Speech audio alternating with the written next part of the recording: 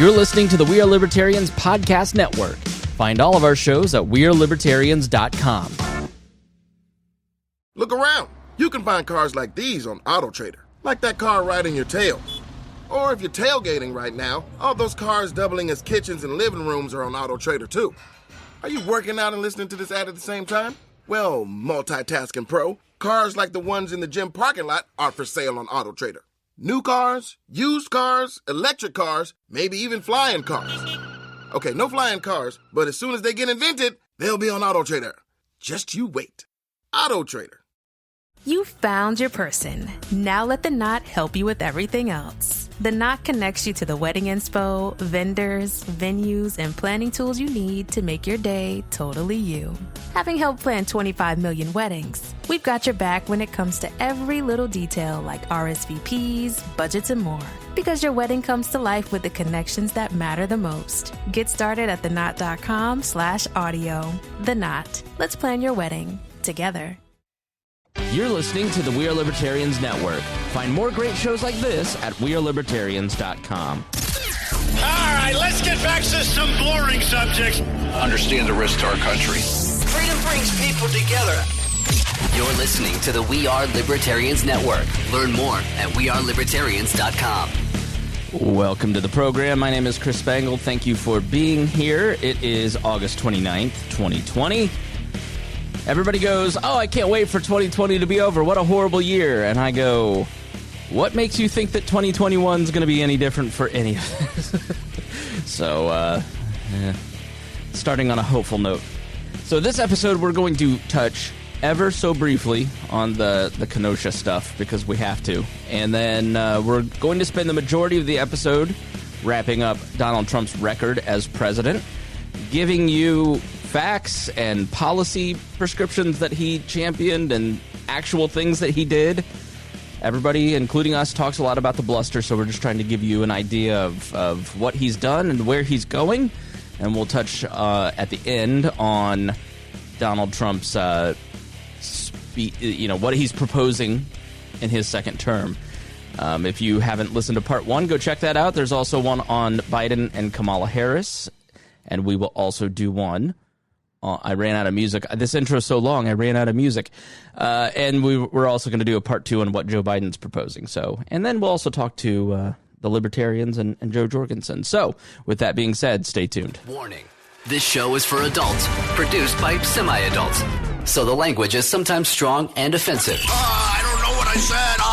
Welcome to We Are Libertarians, where our goal is to help you sound smarter while talking to your friends. We examine current events from a libertarian perspective while treating modern politics with all of the irreverence it deserves. There has been lie after lie. We toss out the screaming heads, put people before political parties, and give context to the news to make you think.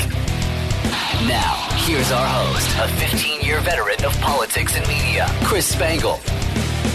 Welcome back to the program. Apologize for such a long intro, but I'm very tense this morning. There's a lot going on, and it's I think everybody feels that. Like there's just a lot of I'm not anxious, but I'm more angry. So we'll talk a little bit about that. A lot of disappointing news.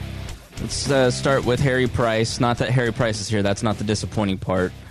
Is it Chadwick Boseman, who played Black Panther? He passed away at 43 of colon cancer, which just took one of my favorite race car drivers, John Andretti, too soon.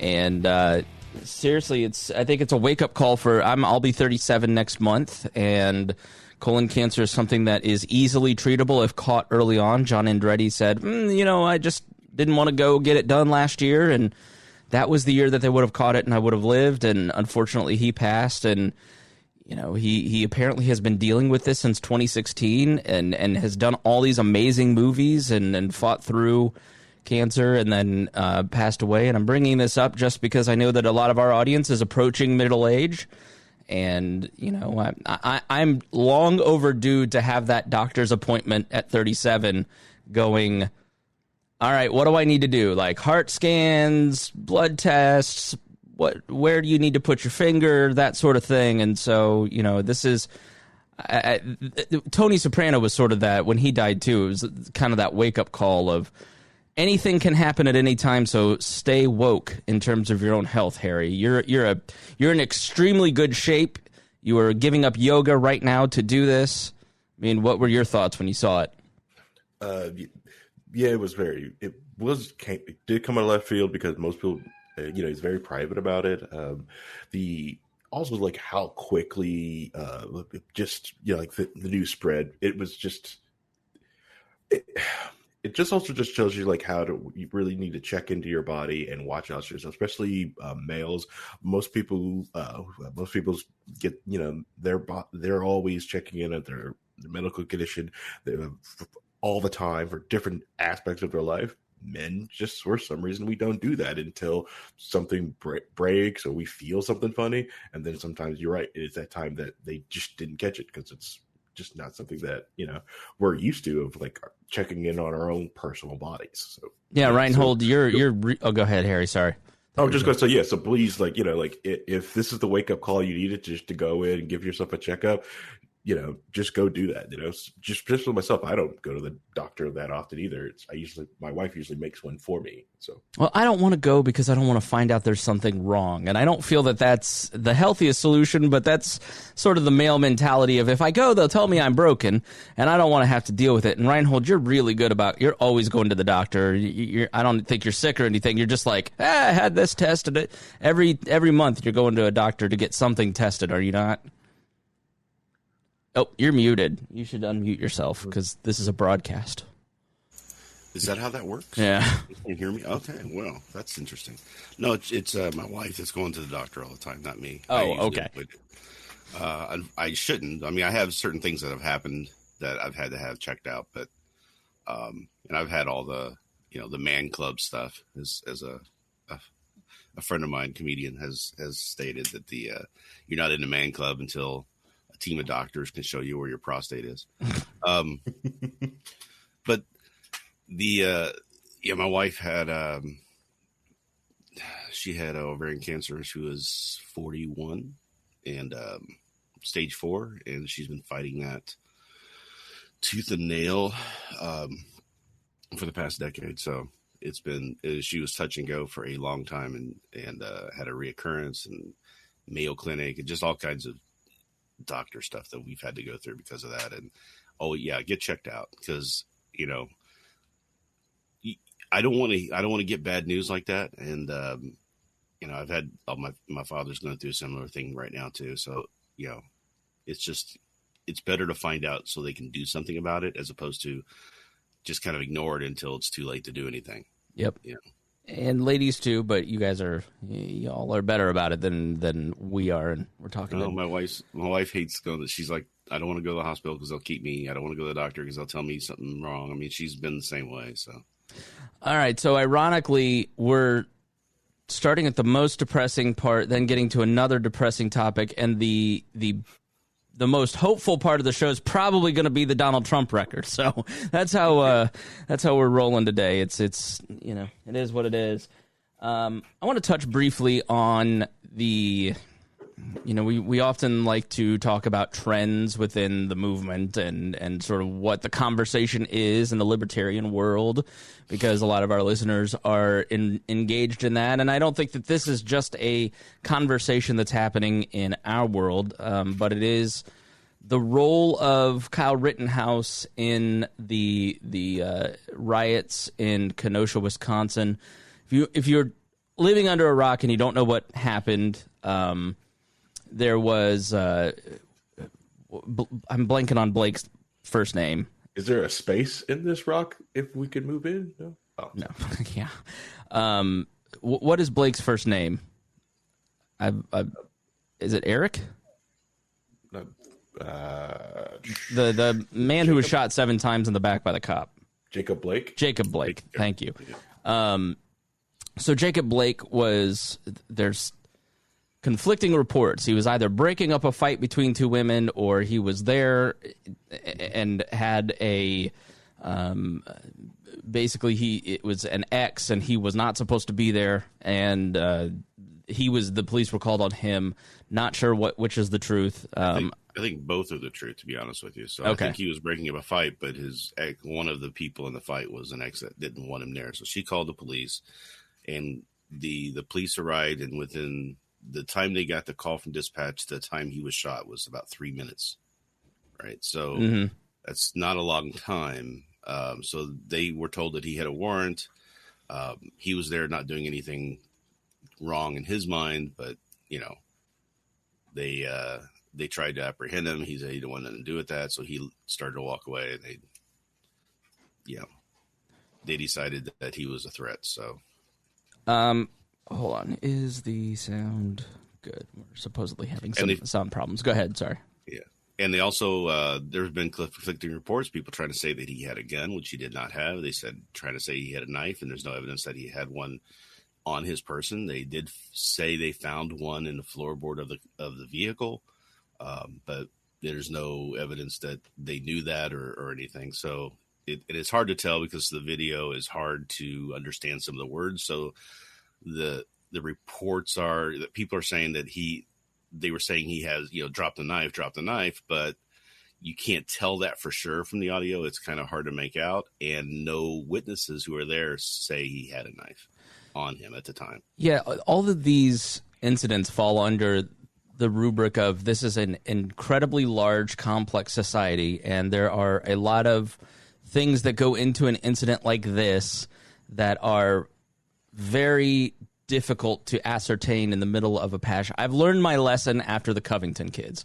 Like after the Covington kids, I came out and made moral pronouncements about the kid in the MAGA hat. And then I was just flat wrong and embarrassed and apologized for it. And so in these situations, I've just stopped trying to make moral pronouncements, even if it's pretty much as clear as like the Rittenhouse thing where there's, Harry off air for the patrons was like, well, we don't know all the facts. I'm like, there was an interview with the kid before. There's 900 angles of video on the Rittenhouse thing. There's a charge document now. Like there's a lot of evidence, but even then it's just sort of like I'm Blake and some of these other tragedies. It's just like sit back and watch and see what happens. And so, the reality is there's a pattern of police shootings. It's like we always argue about step 5, right? We want to argue in a complex, complicated situation for our team. Like Blake is good, Blake is bad. Rittenhouse is good, Rittenhouse is bad. Instead of like just hanging back and kind of waiting and understanding that the cop has their own thought process, he has his thought process. Like all this stuff is just a tragedy, and the small business owner that has his place torched is a tragedy. Rittenhouse is a tragedy. The people that he killed it's a tragedy. Like, and I'm just so exhausted by the constant need to force a binary good or bad or moral judgment on all these situations and focusing and dividing each other on that moral pronouncement instead of on that one incident and that moment of time on this one piece of video, and is this or is this not, and this, and instead of like, all right, well, what were the steps that lead to a 17-year-old showing up feeling he needed to defend other people's property? Like what goes into his decision making? What leads somebody like the people that he killed to show up to riot or to go and just hang out and be aggressive and yell in people's faces? What goes into, a cop shooting a man 7 times in the back in front of his 3 children? Like all this stuff is just like, this has been probably the toughest week since March or April for me, because like I hadn't really followed the Kenosha stuff and the Blake shooting because I was busy with other things. And then like the first time I paid attention was when I watched the video of Rittenhouse running around the car, shooting people, and then running back around, looking what he did, and running off. And then watching all the different videos and all the different angles. And I have to say that my first reaction to it was just incredible sadness for not only Rittenhouse, but also his victims. Like, and I know you're not supposed to feel sorry for Rittenhouse, or you're not supposed to feel sorry for the people, the rioters or protesters or whichever they were there. I know you're not supposed to have positive emotions or emotions of those complicated feelings about it because you're supposed to pick a team and argue it. But I talk to kids like Kyle Rittenhouse every single day on We Are Libertarian social media, especially on Instagram. And it's often very difficult, and it's sometimes like talking to a brick wall.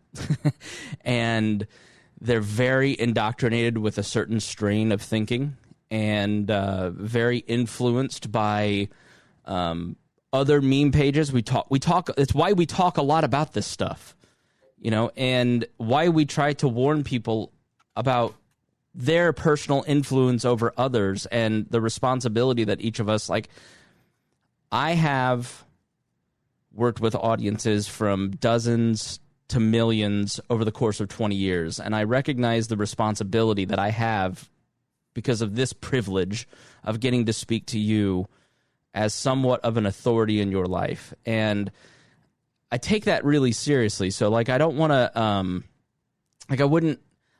I oppose seatbelt laws, but I wouldn't tell you to go out and drive around without your seatbelt, right? Like, I oppose the government trying to attack smoking, but I wouldn't go out and tell you to start smoking because it's not healthy for you. The idea that we would encourage young men to go out with AR-15s or just to show up to any of this shit is so dangerous to me. Like, and I just think that it's sort of a lust for violence that we're encouraging, and it's really a lot of the gun culture movement needs to examine, like, where are you leading these kids? Because when you're 17, you do have some responsibility for yourself. You do have a cognitive adult brain somewhat, but you're also not sophisticated and not seeing things in the way that the three of us see things because we're adult men. And it's easy in this age and this day where everybody's so disconnected, especially young men. There's a great book called Why Young Men about how gangs recruit young men and the psychology that plays into it of, we know you're vulnerable, we know you're lonely, we know you're desperate for community, and we're going to give you a sense of meaning, and we want you to do these escalatory behaviors to prove that you're part of the club. And, it ends up putting those vulnerable, impressionable young men into jail.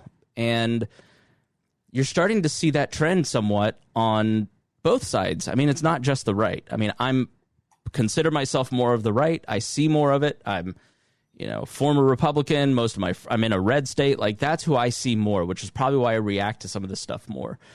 But I know if you look at the ages of the people that died in Kenosha, they're all young. The people that, if you go, Nick Gillespie did an excellent interview that I highly recommend on Portland with a reporter who went out and talked to the people who were in Antifa and rioting in Portland. And what she found is that most of them are street kids. They're homeless teens, that are finding a sense of meaning by being part of Antifa. They're not there because they're ideological. They're there because they have nobody else in their life. She literally said that some of them tell her that the street kids, the homeless teens, are willing to stand on the front lines between the other protesters and police because nobody cares if they die. Like, I wanted to... that is... Indianapolis is the 12th largest city. We have 2,000 homeless teenagers in Indianapolis because there's no wraparound services. And so when protests spring up, they moved into the riots here in Indianapolis a few months ago. And you found time and time again in reporting, in anecdotal evidence, that a lot of these kids are homeless teens. They're definitely ideological people, but there's a lot of people involved in all of these sides who are young and vulnerable. And I personally am not going to use my voice to push anybody to go out and riot. Because make no mistake, Kyle Rittenhouse was a rioter. He was just your type of rioter, which is why you're okay with it. I think it's an absolute tragedy that this man, this kid, went out and there's rumors that his mom drove him. And he's not like a libertarian kid. He was in the front row of a Trump rally and back the blue all the way. It just, I don't know. Am I wrong for having sympathy, I guess, for these two sides and also just disgust for the environment that leads up to it? Like, the voter picks the politician that promises all kinds of action and government force. Then the police have to go and enforce those laws, which increases the interaction they have with the public. And then more people get killed because of those violent interactions. Then there's outrage, rightful outrage over deaths at the hands of the state. And then people come out and show their rage, which enrages other people who then go out. And the violence is just tit for tatting its way to someplace very dangerous. And like, encouraging that is not something I'm going to lend my voice to, because libertarianism is ultimately about nonviolence, Rhinehold. Yeah, and the worst part is that on top of all of that, then you have people trying to politicize the whole thing. Right. So you have people who are trying to gain votes and to garner power by pitting these people who do have these conflicting thought processes and desires and experiences in life, and pitting them against each other and making them feel like their only the only resort they have is violence. Right. I mean, how long, we talk about these protests shouldn't turn into violent riots, and they shouldn't. But the problem is that they're arguing about things they're complaining about things that have been a problem for decades. And I hear comments like, well, what, they should just stop rioting and then we could sit down and have the conversation and try and work that out. They've been doing that for decades. They're not getting anybody to listen to them. They're not getting anybody to care about their position, at least nobody in power, in order to do something about it. So they feel like they have to amp it up and try to get attention, to try to make a point. We're going to flesh out the riot stuff a little bit more and talk about it, but I don't buy that. I don't buy that every single person that is destroying property is ideologically motivated. I agree with you completely. A lot of them are breaking into Best Buys. Yeah, they're breaking into Best Buys to sell things on Facebook Marketplace.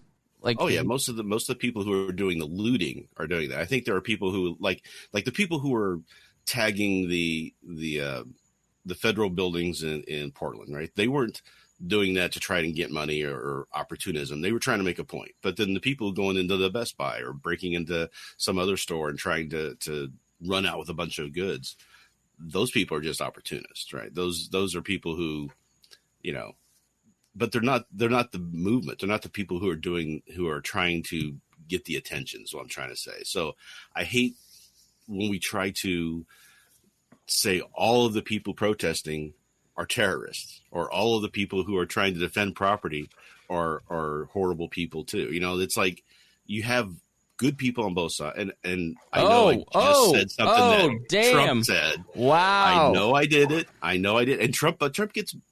I have Rhinehold derangement syndrome now. I completely don't like what happened there with what Trump said, but I also will defend that Trump wasn't trying to say that the racists were good people. I mean, the left's trying to make it sound like he said that, but that's not what he was trying to say. If you read what he was saying, he was trying to say that, there are people who are just upset about this, and there are people who are upset about it on both sides. And those people should not be discounted because you've got bad actors on both sides who are doing that sort of thing. So you're going to hear me defend Trump. No, and you should, because that particular statement about Charlottesville has been completely taken out of context and used against Trump in an unfair way, because he was trying to be nuanced. He just is never nuanced. He has no experience with it. And he's not really good at it. Yeah. Now, Harry, you're a gun owner. I am not. I don't I want people who don't. Are you? Rhinehold, if you want to say. I have several guns. I live in the country. I have to have guns. Yeah. Let me just say that if you are not familiar with gun culture, 99.999% of people who own guns do not act like a 17-year-old in Kenosha, Washington, or Kenosha, Wisconsin. I guarantee that made every gun owner think more about gun safety. You guys tell me if I'm wrong, but I want people to understand that when people try to use something like this to push gun control, they're absolutely wrong, and they don't understand what I have learned over 15 years, because when I was hired by the Libertarian Party, I didn't tell anybody this, but I was just like, I don't get why you'd want a gun. I don't understand it. I didn't understand it at all. And then over 15 years, I watched the unbelievable care and concern and respect and responsibility that gun owners take in owning a firearm. And this is not representative of gun owners, and anybody that tries to make it so is just being manipulative and wrong. But there's stories about the Kenosha thing where the other guys who are there who are more organized, boog guys, looking for the boogaloo guys, they encountered Kyle and were trying to distance themselves from him because they felt something was off about him. Really? Right? There are a lot of them who are just like, he was acting a little sketchy or whatever. We should act, and no one else did. I mean, all those people with guns there, and then no one else seemed to have felt the need to engage in the actions he engaged in. Right? It wasn't like he was a lone guy by himself with a gun and then happened to get himself into a bad situation, so much as it was. There was a whole bunch of people there, but they weren't going to use deadly force or raise their guns or do any of that stuff unless it was very clear danger. They probably, I think it's the Kenosha, I think they had a name, the Kenosha Militia or the Kenosha Guard, or they had some name, and there was some level of organization amongst the people who were there that night. And they were there for, in my mind, noble causes. They want to protect small business owners. They want to protect the livelihoods of people, because and we're going to talk about law and order in just a moment, but the city, the state has completely failed in protecting most of that's where most of the blame lays. Like I don't know if this has been verified, but the mayor of Kenosha asked for 700 guard the night of the shooting, and he only allowed 250 begrudgingly. And the governor is basically a weak governor, and is basically these. Here's how you know politicians are all spineless weasels. Okay, the Republicans don't really have any idea of where their base is, because they're so beat up by polls from 2016 and Donald Trump and not trusting polls that they really just kind of go along. They make the calculation that it's safer to go along with Donald Trump because he's president, and if the majority of their base is MAGA, then they're going to be fine. But if anybody steps out, and they've seen a couple social signals in Mark Sanford and Justin Amash that stepping out will get you killed politically. Democrats are the same way. They don't know where their base is at. And so these Democratic mayors and Democratic governors don't really know where their base is at on things like BLM. They see the polling where, the majority of people in this country support the general notion of Black Lives Matter, that Black Lives Matter, that Black people are equal and deserve to be treated with dignity and respect, and that the boot should be taken off of their neck and criminal justice reform should be enacted. Most people agree with that, and so and they don't want to alienate those independent and Democratic base by coming out, because that general notion and BLM have been so associated with the rioters, and it's different, and so they don't want to come out and be seen as doing anything that is pro-police or pro-law and order, when the state has taken the monopoly of security and said, we'll be responsible for this. You can be responsible for your own home, but even if you draw a gun in self-defense in your own home, we're probably going to put you in jail. And so we're going to take care of your safety. We guarantee it. And then these liberal cities have completely failed and broken down, and it is not an irrational thought that if property is not going to be protected by the state, then the citizens need to protect their own community. it definitely is. I mean, what do you think, Harry? And that's what you're seeing with like a lot of the militias going out there and protecting their own streets. That's what is going on, especially in a lot of the different neighborhoods in Oregon. Because a lot of them well, they're just protesting at the courthouse downtown. No, they are going to residential neighborhoods, waking people up at all hours of the night, making sure, you can't sleep, no justice, no sleep. So people are, they're getting upset and they're wanting to protect themselves. And we're watching also some of these bad actors in state control use the power of the state just to protect themselves. We've seen this with the Chicago mayor using the police to make sure there's no protesting happening near her house. So Minneapolis granted themselves security guards with guns while they're talking about abolishing the police department. Correct. The hypocrisy. That's why I always go, why is the right so terrified of the far left? Because once people see these people, they start to turn against them. I had a conversation with Miss Patton Dion, and it'll come out this Tuesday, and they're just like, why is a crowd of white people screaming in a white woman's face about racism? Why the moment of progress, has, I'm not going to put words in their mouth, but this was my interpretation, like, we could have had more, and we're arguing about riots. Like, what the fuck are you guys doing? You're not helping. Yeah, it's long been known, it's easier, like a leaderless movement. It's hard to stop. Yeah, it grows really quickly, and sometimes it's amazing on what it can do. The other problem is you muddy the message. The message gets muddy. So one problem, like BLM movement, BLM organization, they kept trying to separate themselves, which caused confusion, right? And then anyone realized they could just call themselves BLM because the BLM organization separates them from the BLM movement, so anyone can call them that. So all their messages got muddied. So any person in the MAGA crowd could easily find a news article or a audio clip of someone is like, I'm with BLM and we support these looting. They need to take, this is reparations. And we're going to and use this as a cudgel, like, oh yeah, this is why they're all bad. And just get rid of all the every momentum that BLM had, from the George Floyd protest. It's disgusting.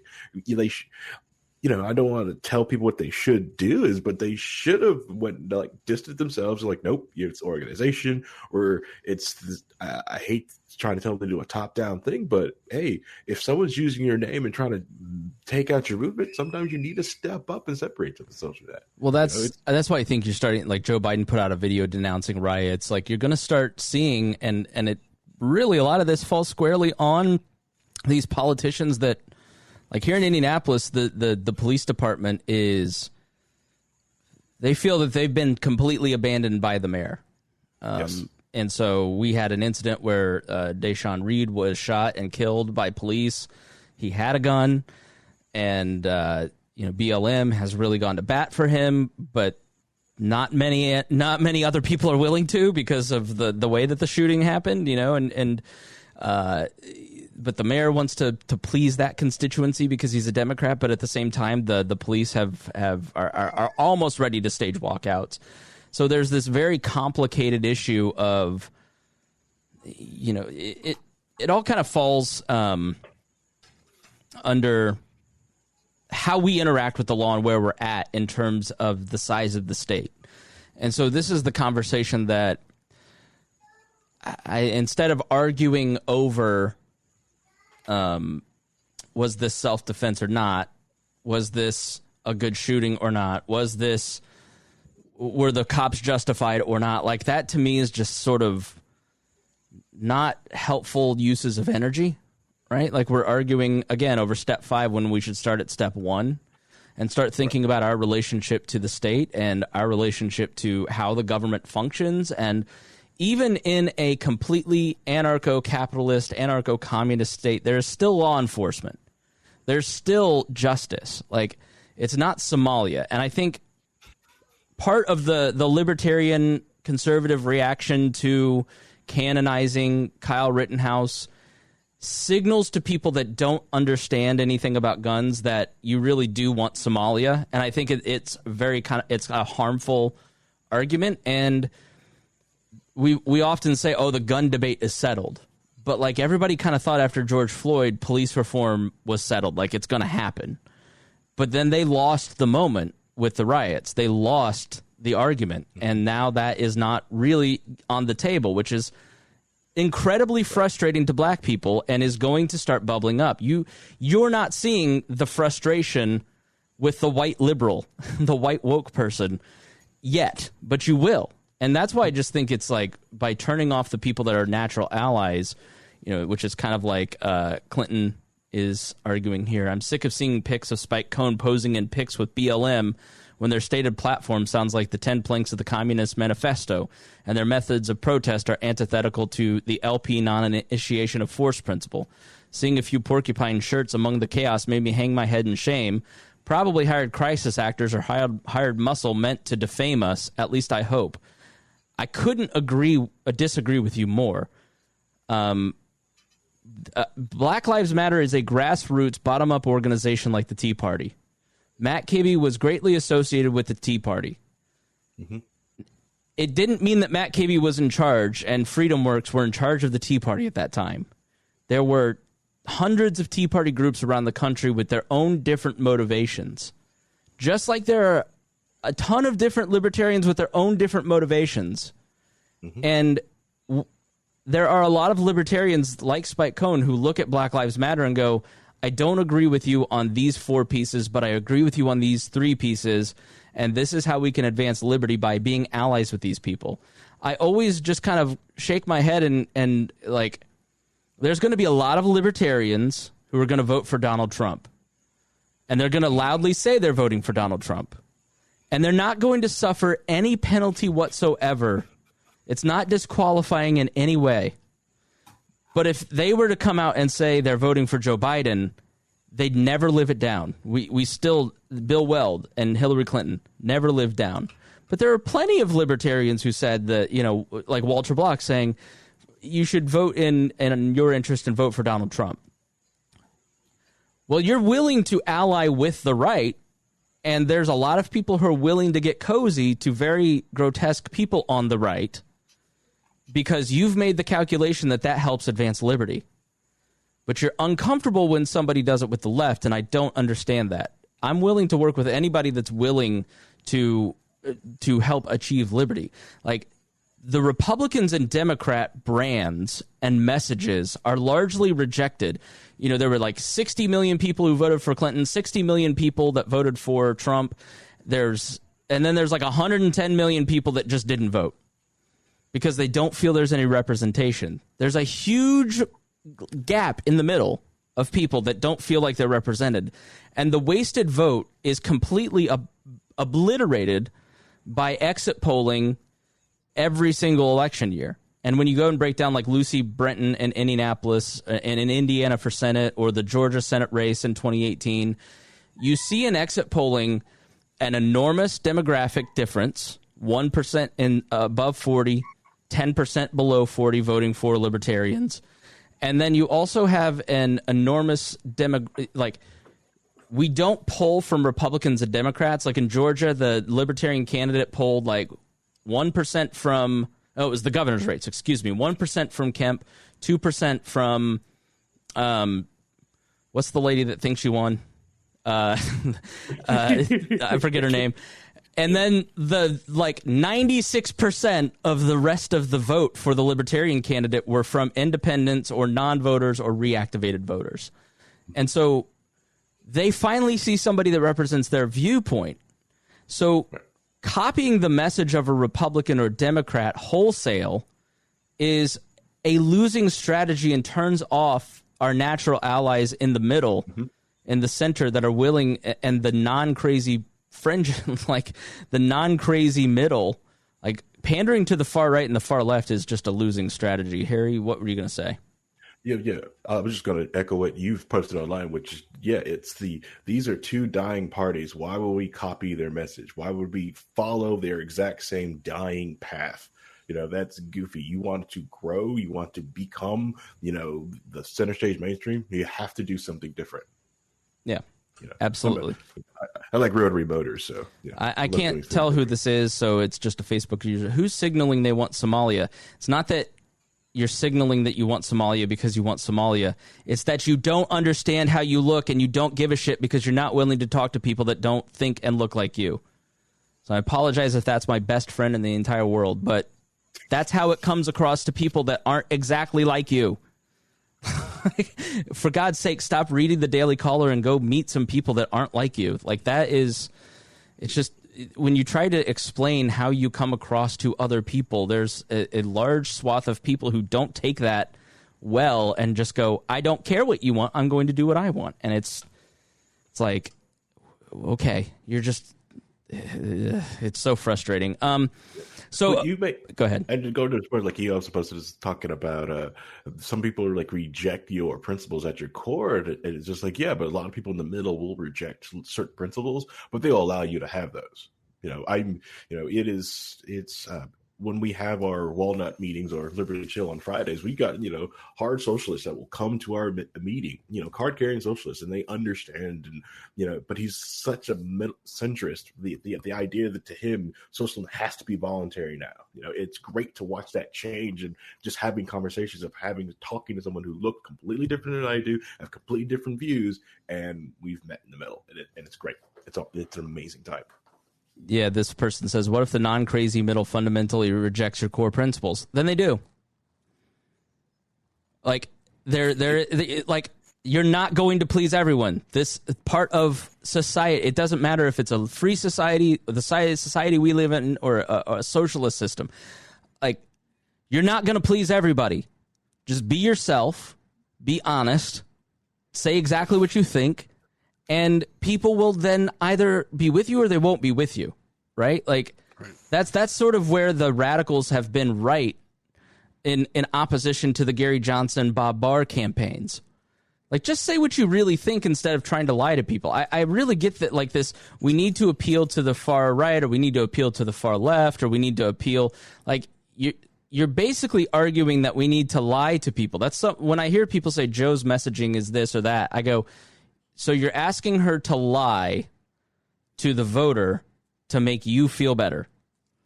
That's not what people want. That's not what Ron Paul did. Mm-hmm. Yeah. If we believe in our ideas, and our ideas are the more superior idea and view and philosophy, then why would we want to couch that in some way to try to trick people into liking or agreeing with us? It should win just in the marketplace of ideas. We should be able to make the point, overwhelmingly show the evidence, right? Mm-hmm. And not have to try to game the system in order to get people to vote for us who don't necessarily agree with us on all things or whatever. I mean, just put it out there, and if people will listen to it and agree with it, or they won't agree with it, or they'll argue with you, and you discuss it, and you come up with some sort of proof of your thought processes by going, like I've always said, if we go out and prove that this works, which we can do, we prove that libertarianism can work because we just ignore what the government's doing and do our own thing anyway, and we'll make it work, and people can point to that and say, see, it's working. Then you can convince people. But that's, I don't get we can't talk that. We should go and talk to it, like Joe was on Ben Shapiro's program, right? And had a conversation there. Well, yeah, the left libertarians lost their fucking mind that Joe Jorgensen went on the largest radio show in America, second, like after Rush Limbaugh. And I'm just like, what are we doing? Like, I'm not here to grow your club. I'm not doing this to grow your club. I'm doing this so more people hear the libertarian ideology, because it's incredibly freeing. Like, I'm not here to grow one faction of a movement. I'm here to grow the entire movement. Like, and I just, it gets so frustrating. You get the message out, and go where the people will listen. And the Spike is reaching out to people who I feel a lot of times people on the left are more aligned with libertarians, except for two things. One is they don't understand the hold on a second. How dare you? I know it's not. I can't do anything about that one. But they don't understand that government is force. So they try to have a government solution for something. They're not clicking in their head that they're just asking for people to point a gun at their neighbor and make this happen. They just think that they're voting for a system where we agree that this is what we should do, and therefore it's written in stone that this is what we should do, therefore everybody will just do it. They're not making that leap to this is force. And then there are people who are saying that they're Marxists, but they're not really Marxists. They're just anti-crony capitalism. Well, guess what? I'm anti-crony capitalism. Most libertarians are anti-crony capitalism. So that's not a free market, right? So we want free market capitalism, which does not exist at the moment. So we're fighting against the current economic system that we have. Well, so are they. And I think that they just, if they knew that there was an actual difference and they thought through it and we were able to explain that to them, then they would become libertarians. That's happened They're with not lost causes. Yeah, and that's exactly right. That's happened on the right with foreign policy. You know, there's a lot of discomfort for libertarians over the last 20 years trying to appeal to conservatives to be non-interventionists, despite immense pressure from the party structure not to agree with it. But Ron Paul, Rand Paul, libertarians in general are starting to succeed on that. And, you know, Donald Trump, that's one of the good things that we're going to talk about. And it's complicated. It's not good or bad. But, you know, that's where I don't get it. It's like, if you go and if Spike goes and talks to Black Lives Matter and you share the goal of everybody having more prosperity and economic opportunity, you just have different solutions. Why not persuade them that we are right? Like, there is, like, using force of any kind in any way backfires. It creates resentment and creates the opposite of what you're trying to achieve. And if you make that argument enough to both of these sides, eventually they're going to see your point because history's moving that way. Mm-hmm. I've never had more people on the left and the right come to me than I have this year going, I see what you mean about the utilitarian breakdown. Like, it doesn't work. Government doesn't work. Force doesn't work. Now what's the solution? Right. I'm willing to lay down my sense of the Democrats can fix this or the Republicans can fix this. What do we do now? You know, and so I think appealing to messaging that creates defectors from the other two sides and reinforces the worst messaging of the two sides is not going to work. So I want to move on to just the idea of law and order, because I think this is an important part of it. Obviously, it is illegal, immoral, and wrong without any qualification for someone to destroy someone else's property. There's no but after this. I want to be very clear about that. Just because I have a different opinion on certain things than some other people, it doesn't mean that I'm not for property rights. And libertarians that have some nuance are getting really fucking sick and tired of you trying to project your bias onto those of us who are not in your club. It's an unequivocal evil to go into someone's property and just burn it down, because it just is. Like, there's no way around it. And so that's lawlessness. And that is what the right is saying we're against. We want law and order. We want the law upheld. But then when somebody doesn't follow the law but is on their side, they're not condemning that either. But also, as libertarians, there's a lot of things, including around guns, that we find to be immoral laws. So there's a lot of things, and I'm going to play this clip because of A, to give you information, but B, to kind of, as a thinking exercise, we often go, this is how the world should work. I want it to work this way, instead of realizing that this is how the world actually works, and we have to somewhat reconcile our viewpoint of as few or no laws versus where we're at now. So this is from the Advisory Opinions podcast, which is David French and Sarah Isgur of The Dispatch, which is really the only conservative site that I even look at anymore. David French is a lawyer, Sarah Isgur is a lawyer, and they're kind of breaking down Rittenhouse's legal issues and some of the factors that play in here, and then we'll talk about it on the other side. One of them is that you may not be, as a matter of law, entitled to use force to defend the property that you're defending. That'll be a problem. Yeah. So let me read to you the relevant Wisconsin statute.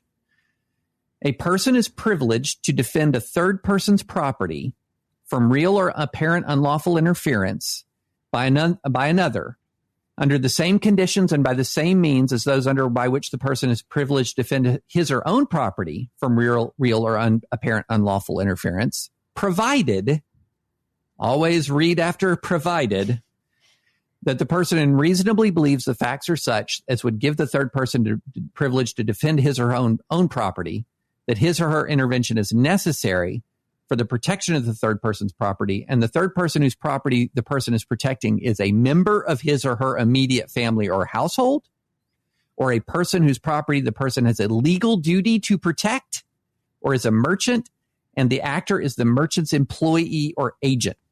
And this is an odd additional sentence. An official or adult employee or agent of a library is privileged to defend the property of the library in the manner specified in this subsection. I guess there must have been some that has a story behind it, but we'll skip over that. So in other words, it has to be your family's property, your household's property, a property you have a legal duty to protect, or you have to be an employee. Like, for instance, if you're a security guard or, you've entered into some contractual relationship there. Yep. Or you have to be a merchant, and an employee or agent of the merchant. So if I'm showing up with my AR to the local 7-Eleven to defend it, I don't have the right to do that. Yeah, there could be some questions. For instance, if you show up to a business, the business owner is there also trying to defend his property. Can he create an agent relationship in the moment with you? Maybe. But if the business owner isn't there and you just are like, pew, pew, I'm here to defend random property that I don't know about, that is certainly not covered by what you're talking about. And it looked like that was what was going on in Kenosha last night, not referring even specifically to the video that we're going to talk about, but just in general, that some people thought that they were deputized to just go protect property, generally speaking, in downtown Kenosha. I also want to say, break in here, that the Kenosha Guard asked the sheriff's department to deputize them so they could act as agents of the state to help them protect property. And the sheriff of the county said absolutely not. So they were denied that request. And also, here's another relevant Wisconsin statute. It is not reasonable to intentionally use force intended or likely to cause death or great bodily harm for the sole purpose of defense of one's property. So, that which is true in every state I'm aware of. You cannot use deadly force. It's like rock, paper, scissors, and life always trumps property. Right. Now, there are some states where you have the stand your ground. You have stand your ground status at the instant you someone sets foot on your property. You have zero duty to retreat. That's, Missouri, for example, where we had the McCloskey situation. But so here it is not reasonable to use deadly force to defend property. And if you're a third party and you're not the employer agent of the merchant, you don't have the right to defend their property. And then let's throw the other complicator here on there, which is that it's actually also a crime to point your weapon at somebody. Okay? So, but David, we have all of those things that apply before that video starts, potentially. Yes. So you're walking around downtown Kenosha with a gun, quote unquote, defending property. You can be charged with a number of crimes based on what you're reading, David. You're criming. If you're sitting there outside of a 7-Eleven and you point an AR at somebody to defend the 7-Eleven that is not yours and you've not been deputized to defend it, you have committed a crime. Flat out. You've committed a crime. Now, at the same time, I also have a right to defend myself. Right. And that's where we get into the video that we watched and the controversy around it. Yes. So in the video we watched, a young man is running. He's got a rifle, and he's running with his rifle through protesters. He apparently trips and falls, and people yell, "Get him!" At which point, 2 or 3 guys kind of cluster around him. The guy who falls opens fire. Everyone scatters. One person falls. Another person staggers away injured. And then you hear other gunshots. So now here's where this gets so tangled. So if he's pointed his weapon at people unlawfully, the people he points at suddenly have a right of self-defense themselves. Okay? This is how this gets so tangled. Remember the Ahmaud Arbery shooting? Yep. A lot of people said, well, Arbery was attacking the person who had blocked his way. Well, as soon as, when they blocked his way, when those gentlemen blocked his way, and I use that term loosely, when those guys blocked his way and pointed a weapon at him, Arbery had a right to defend himself. So this gets really, really complicated. And it's like reasons 1 through 1,000 why you don't strap on a weapon and go head towards the riot. Yeah. You just don't do that. But, it's funny. I'm seeing a little bit on sort of this right-wing Twitter world, Sarah. I'm seeing people, how the right piles on the left that when the left won't condemn Antifa, why aren't you condemning Antifa? I'm not seeing much condemnation of the vigilantes. And 2 people are dead who did not need to be. Exactly. Now, here's what I'd say about that. How do you restore law and order by breaking the law? And then how do you deal with laws that you personally find immoral or disagreeable? Let me go here. Clinton rightly, and I agree with, says, boo, the castle doctrine or stand your ground is okay by me.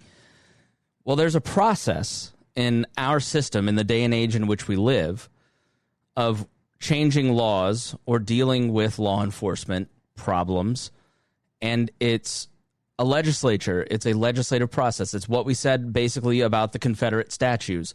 The purpose of a constitutional republic is that you don't go and tear down a Confederate statue because you want that statue down. You have to go through a process where everybody gets a say, or else it builds resentment and backlash, right? And so you're going to see resentment and backlash when people take the law into their own hands, regardless of the side, instead of dealing with it and to me, that's a road towards barbarism. There's the road to serfdom, but there's also a road to barbarism. And it seems like both sides are trying to take us there by completely throwing out the process that created the country in which we live, that offered up all this economic opportunity, that offered up a system that allowed America to go from a very flawed country in its founding to a greater chance of opportunity, because that democratic republic, that constitutional republic, allows for everybody to have a voice in the system. Okay, so that's my argument for constitutionalism. Now, let's say it's an anarcho-capitalist society. You will still have courts and private police forces. You will voluntarily opt into those. And so do you want to live in a locality where everyone lives voluntarily and someone just doesn't follow the laws? Now, that's going to happen, which is why there will be adjudication in an anarcho-capitalist society. But laws and rules that are agreed upon by the group upon voluntary consent is the best way to organize things, right? Because if you're forcing law on me, then I'm going to resent you for it. If you're making me wear a mask, I'm mad about it. If I volunteer to wear a mask because you've persuaded me to wear a mask, I'm less likely to reject that notion because I've been a part of the decision-making process. And so to advocate that people should just do whatever they want in defense of property rights is a very sloppy way to run a society, be it the one we're in now or the one we're trying to work towards, because it encourages people to just not follow the rules that are agreed upon in different societies, right? So the other part of this, And I lost my train of thought. So Harry, go ahead. So it also helps stop vigilantism, because the idea that, without some of those rules that have been officially deputized is because the communities around that area has decided that we're going to have a police force, and this police force is going to be the enforcer of the laws of the state. If without certain rules like that to stopping people from doing that, then you've got people putting on bat capes and walking around with their guns, and they're playing, and they're watching way too many Saturday morning cartoon shows or Die Hard movies and wanting to go out there and protect the public. Which I get it, I freaking get it. When you're watching when you're watching all this happening, you just kind of you want to do something, but there are rules in place, and unless someone's life is being taken, sometimes you just got to stand back. What do you think, Rhinehold? Am I wrong? Well, I mean, so the question is what's the answer there? And I don't know, what you do in that point, right? So that's part of the problem is, we're talking about a society. Let's say we're in an anarcho-capitalist society, and there's this idea of people. You're going to have somebody who tries to take over who wants more, who wants somebody else's stuff. That's why we have theft now. I mean, there's somebody who's going to try to do that, and there's got to be a mechanism in place to stop that from happening. And when you agree upon that mechanism, you're agreeing upon basically a system of government, right? And we're not going to call it government. It's going to be a voluntary anarcho-capitalist system, but you still have to have rules in place in order for there to be a functional society so people can operate with each other in some sort of method that they're not having to strap and be carrying every second of every day in order to defend themselves from all the people who want to try and stop them, and they're going to get overwhelmed by a mob. And then what do you do then? So it's better to come together and communicate and come up with solutions on how we think things should go, and try to follow that, as opposed to trying to force people to do it, because that's the problem with human nature. And so there's a lot of these different philosophies that just ignore human nature. Socialism is one of them, right? Communism. But sometimes I wonder about libertarianism too, because they try to pretend like if we just let everybody be, they're all going to make the right decision. And we see that that's not the case. We know that that's not the case. Certain people are going to try to game the system or take advantage of other people, right? If you have private police force and you have them policing things like that, there's nothing to stop them from, being bought out by rich business interests, right? That'll happen. I mean, you can go back and look at the private police force in the 1800s, and I can't remember, for some reason, I can't remember the name of it. The Pinkertons, right? So the Pinkertons were a private police force, but they ended up working for businesses and not caring about individual rights and going out and doing some things that were really bad. So it becomes, it's hard to say that it's got to be all this way or all that way. People have to come together and come to an agreement on some of this stuff, right? And we have to accept that. Yeah. And the other part, and I'm genuinely asking a question here, and I wonder if somebody could write in on this, because so we can talk about it next week. In terms of property rights, is it a violation of property rights if you're defending property that the property owner doesn't want you to defend? So if, let's say, I'm guarding a CVS and the CVS does not want me on their property, is that a violation? But the mentality is I'm there to protect their property, so I have the moral good, but you haven't cooperated with that property owner. So I wonder if somebody could write in and give me a thought on that. And I would just say, as she said in law, life trumps property. How many lives is a CVS worth? So, I mean, I just look at this, and Ryan Lindsay is very much more on the left, doesn't really cotton to property rights much, and that's where he kind of goes, how many people is worth, how many lives is CVS worth? And I thought that was an interesting question to ask yourself, just to kind of go through some of the comments here. Wes says, if you have rules, you have to have enforcement and consequences, or they are invalid. You're absolutely right. And in a libertarian society, there is enforcement of the rules. So that does exist. It's just that you don't have a monopoly on violence. You don't have a monopoly on the police force. So if the police force is doing things that you find to be egregious, you can hire another police force, and the perpetrators of the violation of the rights that have been pre-established, they will suffer consequences, and there's no qualified immunity in a libertarian society because you're right. Consequences and incentives are at the root of everything. Aggression is a violation of natural law, writes Christopher Brown. Neoconservatives and neoliberals have advocated for so long that it has become accepted practice in the minds of people. Just because it is accepted does not make it right. And you're right. When adults look to violence as the solution for every problem, how can we be shocked that a 17-year-old sees violence as the appropriate tool to fight other people who see violence as an effective tool? Let's see. Clinton says, agreed, libertarianism's notion is that people are basically good and trustworthy, clashes with my worldview as a Christian minister, but more important to this discussion, it just isn't honest. I don't agree with that. I don't think that libertarianism makes the assumption that every person is good. There's a foundational book that everybody ought to read. It's called Conflict of Visions by Thomas Sowell, where he talks about constrained and unconstrained. There is a certain view in the world that government can perfect man, and that if we have just the right technical policies, you can make people, you can nudge them into being well-behaving people, and I don't believe that. I'm a libertarian because I'm a Christian, too, who believes that we're all fallen. Every person is imperfect. Every person is complicated and isn't good or bad. They're just difficult. I just watched The Green Book. Amazing movie, loved it.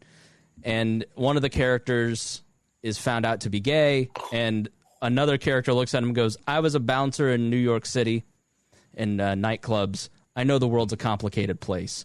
And it doesn't make that one of either, that's sort of the reaction that we all ought to have to everyone. And so what libertarianism does is it says everybody is imperfect, so let's create a solution that works with that imperfectness, where everybody gets a voice, everybody gets to agree, and we stop forcing people into decisions that they had no a say in, because we want to lessen resentment. And the less violent solutions, like you see in this whole chain of events, it's violence begets violence, begets violence, begets violence, and then so we're arguing step 5 in the begetting of violence. And so if we go back and work our way back, there's going to be murder, and there's going to be chaos, and there's going to be rioting in libertarian societies.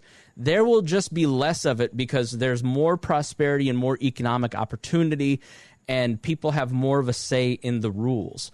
It's not a utopian society that perfects man and erases their warts. It designs systems that better accommodate that fallen nature.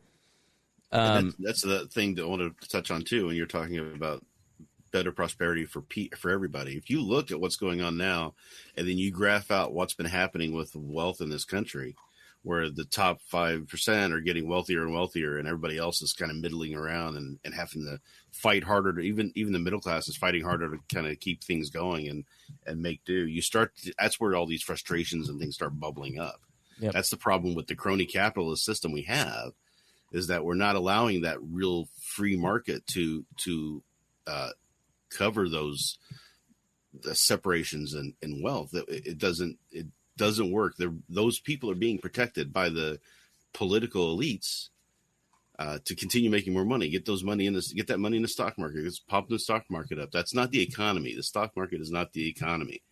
And when you start seeing that huge disparity start to pop up, that's when you start seeing the frustrations really start building. Okay, let's thank our patrons. Clinton writes, longtime fan, first-time live listener, really enjoy the way you address things with reason and discussion, even when you think I'm wrong. It's fair, honest, and interesting. I'll try to recruit more listeners, and we thank you so much. And this is only made possible by our patrons. We'd love for you to join our Patreon and keep supporting us. We are trying to lead the way in doing something different. Part of my career as a broadcaster is really trying to help provide examples of what a libertarian society ought to look like, how we ought to reconcile each other's worldviews and come together and show that it is possible to have mutual respect for each other. And if you support that, if you support independent thinking and different ways of doing things, then we'd love for you to join our Patreon. I know it's difficult. And listen, I get letters every single day and notes from people who say that they appreciate the way that we try to approach things. I feel the pressure all the time, like all the rest of you. Float this way, float that way, choose a team. It is incredibly difficult to be independent-minded and principled in a time when everybody's losing their mind. Mm-hmm. If everybody's losing your mind, it doesn't mean that you have to go along with them. And just want you to know that there are independent thinkers out there, and we are supported by them. We are supported by people like you. And we're especially supported by our $100 a month patrons, of which Rhinehold is. Thank you, Rhinehold. Matthew Durbin, Christy Avery, who had a birthday this week. Christy Avery, the best person on the planet. I can't get into why, but she is so loved by everybody in We Are Libertarians and also me. Jeff Bennett, Jason Doolittle, Ed Brehab, and Brad Tracy and Anthony Meyer. Thank you all so much for helping us continue to do what we do. Let's go on to Donald Trump's record. We're at an hour. Should we just cut? Say what happened in 20 minutes. Cut bait and should we cut bait and start a second episode, or do this next week, or keep going? What do you guys think? Well, I think what your idea of what we wanted to do next week is interesting too. I'd like to kind of touch on that. All right, let's keep going then. So yeah, let's go ahead and do. I think we can finish up Donald Trump. I mean, yeah. Hopefully he is finished up, but that's another story. All right, so Rhinehold exposing his bias. We're going to start with we're going to start where we left off, which is Donald Trump's executive orders. Everybody knows how he felt about Barack Obama's executive orders. We hated it. Again, going back to that legislative process, there is no such thing as co-equal branches of government. That is BS. The Congress is the superior branch because of two reasons. They were given the power of the purse, spending bills initiate in the House, and they were also given oversight roles in a way that the other two were not. And so they have an extra piece, and so they're technically the more powerful branch. The co-equal branch was like a 20th century invention to try and help with court stacking, I think. But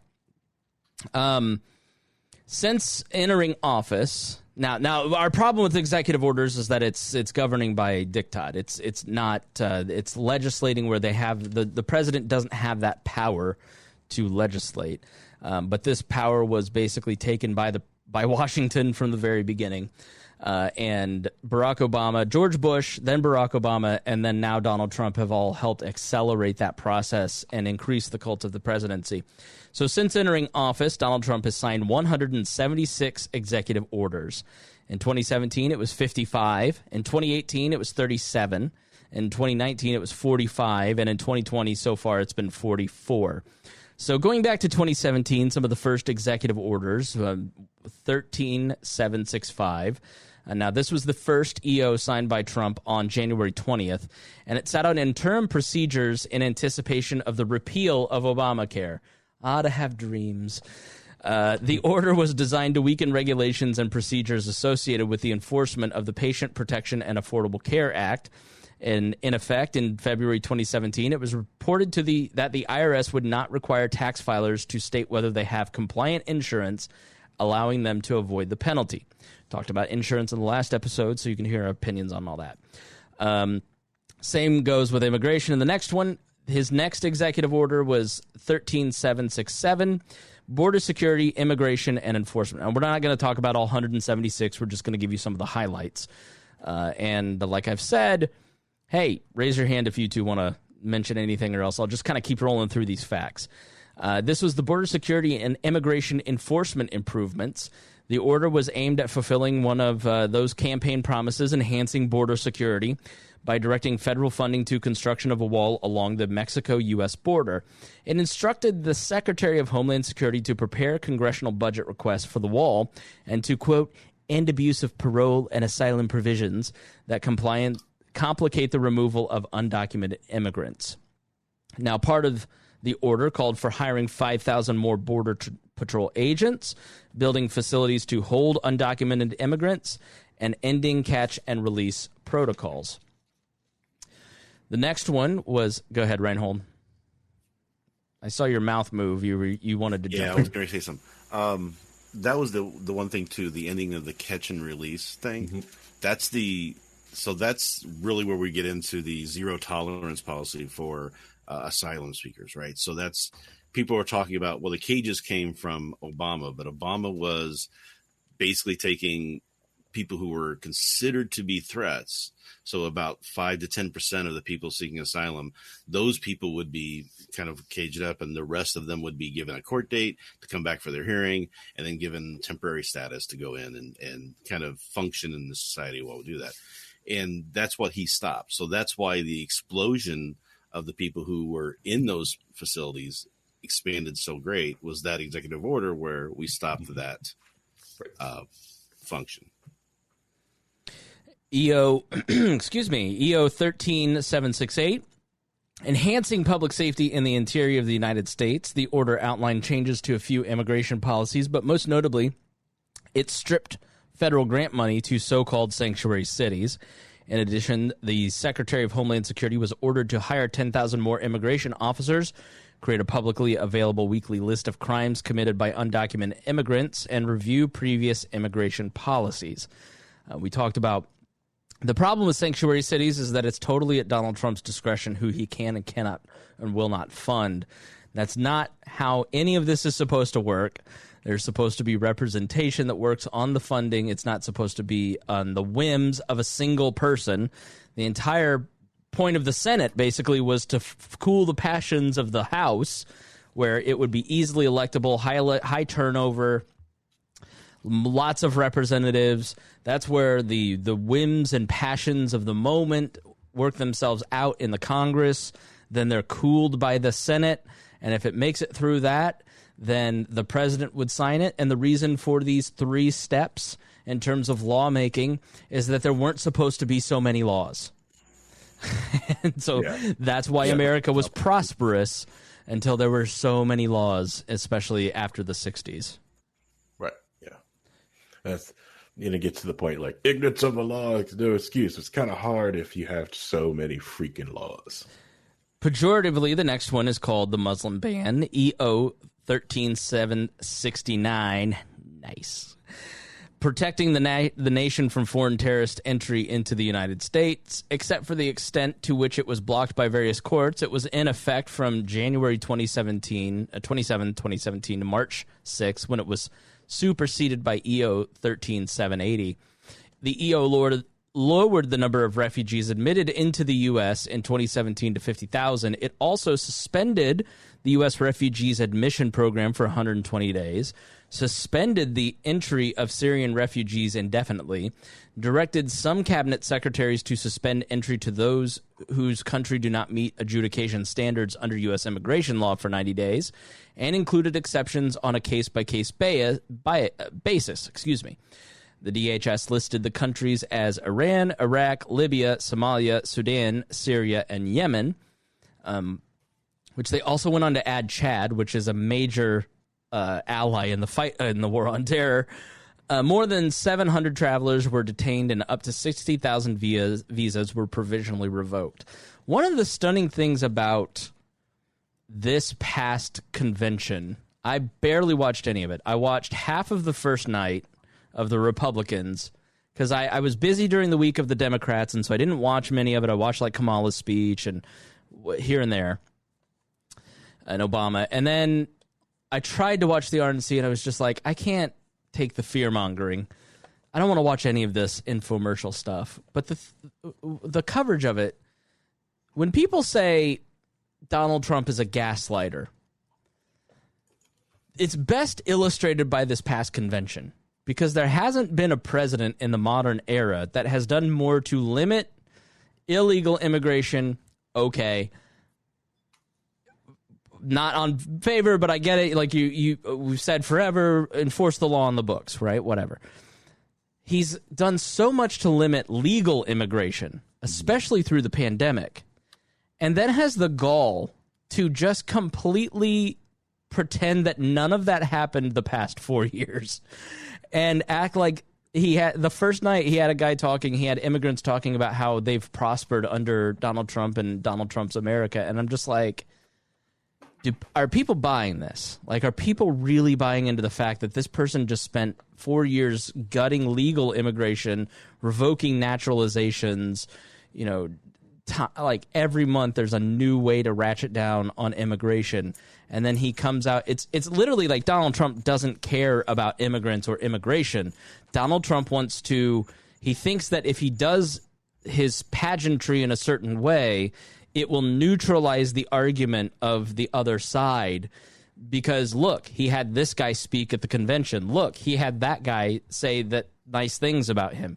He literally thinks that we're that dumb enough to fall for it. Now, some of us in this country are, but then there are those of us who are not. My immigrant friend here, you know, I have an immigrant friend, so why are you thinking that I'm against immigration? Yeah, like, but the other thing too is tokenization. I mean, let's just call it what it is. Yeah, yeah. He highlights his own point against him when he's like, look at how these immigrants have prospered in our America. I'm like, great. Why don't we let more people in so more people can prosper? Right. You know, why are you limiting that? I don't understand. So, well, he's not limiting. He just wants legal immigration. All the legal immigrants he brought into this, see them? They're legal. Right. Granted, the hoops got bigger. It harder to be legal. He's making it impossible to be legal. If you look at the law, the immigration laws, oh my God. But they're can't legal. Do it anymore. I know. Yeah. It's an argument like out here in Trump country. That's all I hear is like, well, we just want legal immigration. Yeah, we just want to follow the laws. I'm like, yeah, but so let's change the laws so that we get rid of this stuff. Oh no, we can't do that. Well, why not? Right. Yeah, that's. And it's always like those, and it really feels like weird because it is the people here, the bubble, the not the bubble, what is it, the border bubble that says that, and everyone else around the borders actually have customers on one side or the other side of this, you know, the imaginary line called the border. You know, they're just, well, I just want to make it easier to go back and forth and have workers and customers and do everything go back and forth. This other crap is just annoying.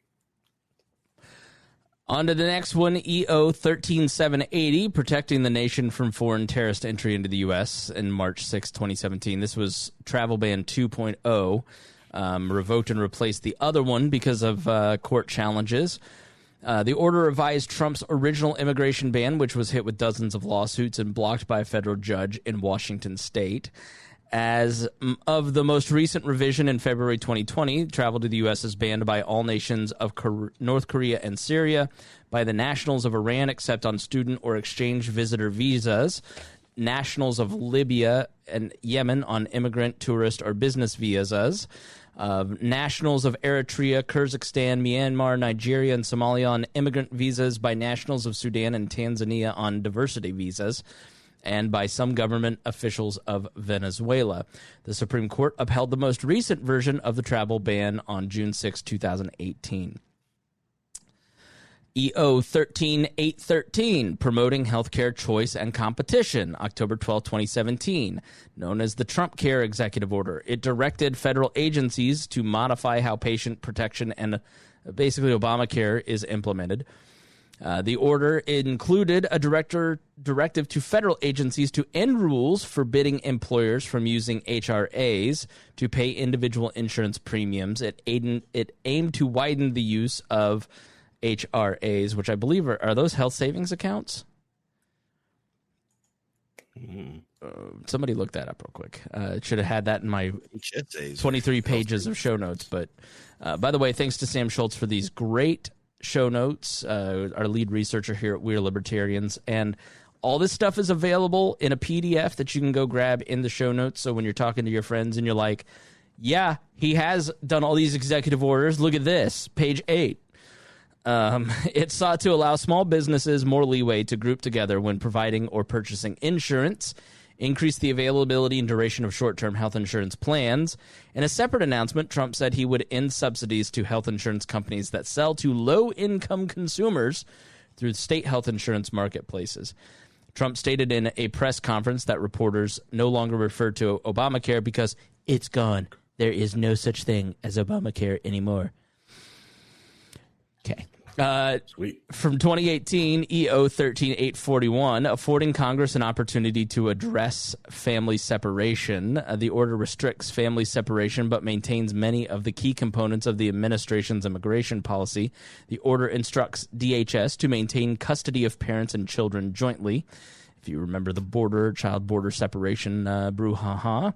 It also instructed the Justice Department to attempt to overturn the Flores Agreement, which limited the time for holding children and families with children to 20 days, allowing children to be detained indefinitely. Donald Trump wanted children of immigrants to be detained indefinitely. Okay. Let's highlight 2020. EO 13925, preventing online censorship. Remember this? He was signed to direct regulatory action at Section 230 of the Communications Decency Act. The EO asserts that media companies that edit content apart from restricting posts that are violent, obscene, or harassing as outlined in the Good Samaritan Clause are then engaged in editorial conduct and may forfeit any safe harbor protection granted. HRA, by the way, does not roll over at the end of the year. HSA does. So it is like a thank you, anonymous Facebook user. Doesn't that seem like a violation of property rights when the president starts telling, now he's amending code, but at the same time, like, you're getting all up in their business, Donald Trump? Like, what right does the president have to mess with the property of Mark Zuckerberg? Seems like a contradiction. It's just more because it's not really all right. That one's complicated and can be expanded upon because it's a lot of the social media platforms are trying to say that they are just a platform or a service or something like that, but they are the way they have been and continue to ban or different habits on them. Probably they've been more of a publication than they have just an arbitrary, just like, no, it's just our site. So they just fall under weird different regulations at that point. Go ahead. It's trying to put something in place that doesn't exist. So this idea that there's a publisher platform, that sort of thing, those differences were gotten rid of with 230. Mm-hmm. And he's trying to gut it and put it back in place so that he can then try to dictate what they can and can't do. And this is instead of giving them the protections to do that.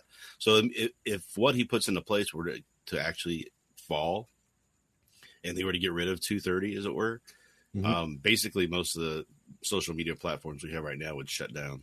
There'd be no way they could function. All right. I am officially for ending Section 230.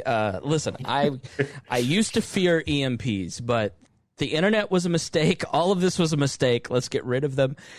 Section 230 was carved in for user-generated content. So, one of the problems with the early days of the internet was comment sections. Who is responsible? Who's legally responsible? If somebody posts in a comment section or on AOL, I believe this is passed in 96, part of the Telecom Act.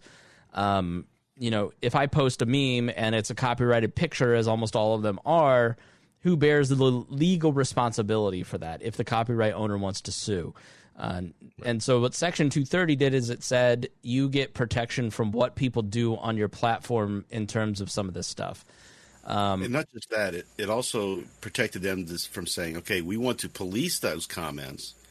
So we want to delete the ones we find offensive. The minute you do that, you become an editor, you become a publisher, you fell into the other category where then you were responsible for everything else that happened on that site. Right. So that's where that kind of came in. So if they were to get rid of it, then they would either have to let no moderation of any kind happen, or they have to be responsible for everything that happens by a new user on that site, one way or the other. And in both cases, I think most businesses would just say, we're not involved. We're not interested in that. Yeah.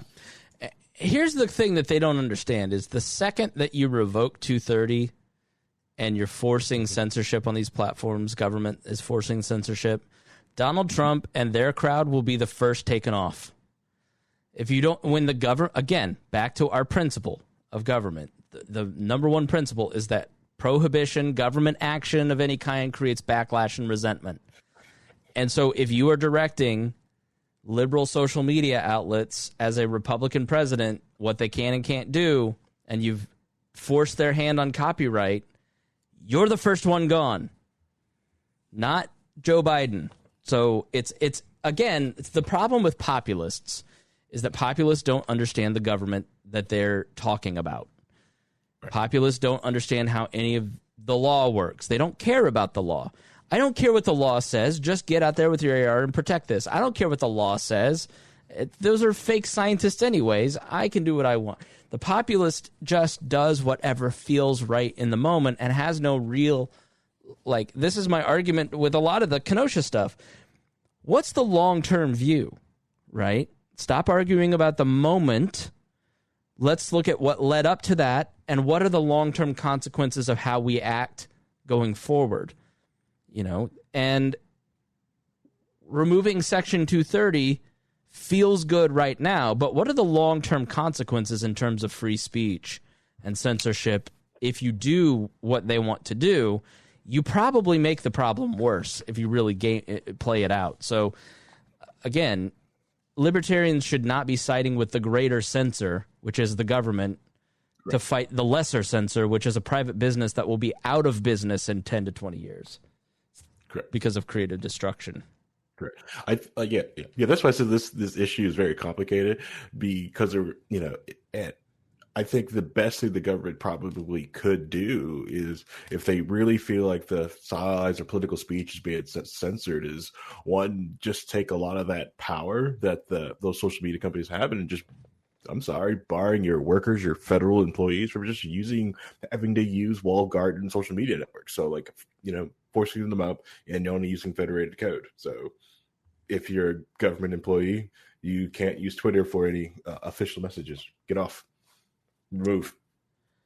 So the EO, going back to some of the stuff, the EO asserts that media companies that edit content apart from restricting posts that are violent, obscene, or harassing, as outlined in the, quote, Good Samaritan clause, are then, quote, engaged in editorial conduct and may forfeit any safe harbor protection granted. I know I read that before. I'm sorry. The goal of the EO is to remove the Section 230 protections from such platforms, thus leaving them liable for content, which essentially cannibalizes them due to lawsuits. In June 2020, the Center for Democracy and Technology filed lawsuit seeking preliminary and permanent injunction from the EO from being enforced, asserting that the EO created a chilling effect on free speech, since it puts all hosts of third-party content on notice that content moderation decisions with which the government disagrees could produce such penalties and retributive actions, including stripping them of Section 230 protections. It basically, instead of the private business owner deciding what is or is not allowed on that property, the government is in charge. I don't see how that's a win for liberty in any way. And listen, it's funny, those are the same people who are saying we should be protecting private property at all costs, yet they're wanting to strip the private property rights of these individuals that they disagree with, and they want to violate the private property rights of people who say that they want masks to be worn in their stores. You have these, people say private property until it affects their political view, then we don't care about private property. You know what's so interesting about this specific topic is if you're consistent on something and everyone else isn't, your position starts to shift. So, like, I was one of the first on the wall when Alex Jones was banned. There wasn't any other libertarian voice going, this is a problem and we shouldn't be doing it. Because I guarantee you, go back and listen to our episodes on this in 2017. Harry, you were alive. Property rights, they can do whatever they want, property rights. And I was like, yes, it is their property, But do you want them censoring political speech? Because once you open that door, it's only going to make it worse. They're only, Zuckerberg's under attack right now for Kenosha stuff. Like, it's never ending, right? You don't want political speech being decided. And that's where I lay all of the blame on the Trump, Russia, Hillary Clinton blaming big tech, because Hillary Clinton couldn't accept that she lost her race. She had to blame big tech for it. And so then, Senator Mark Warner was putting pressure on these companies to self-regulate, or else he was going to do it, which we opposed at the time. And as users of these platforms, we have every right to speak up and say, we don't want you to censor us. As a consumer of your product, I don't want you censoring my speech. You want Plandemic on Facebook, because then it can be challenged by other people. When you send Plandemic over to Gab or whatever, you then lose the ability to have a dialogue. And that's why these third-party free speech platforms often don't work, is because they just attract the people who are saying stuff that nobody wants to hear, because it's conspiratorial or it's violent or aggressive or whatever. And so we were advocating for free speech principles to be upheld by big tech all along, right?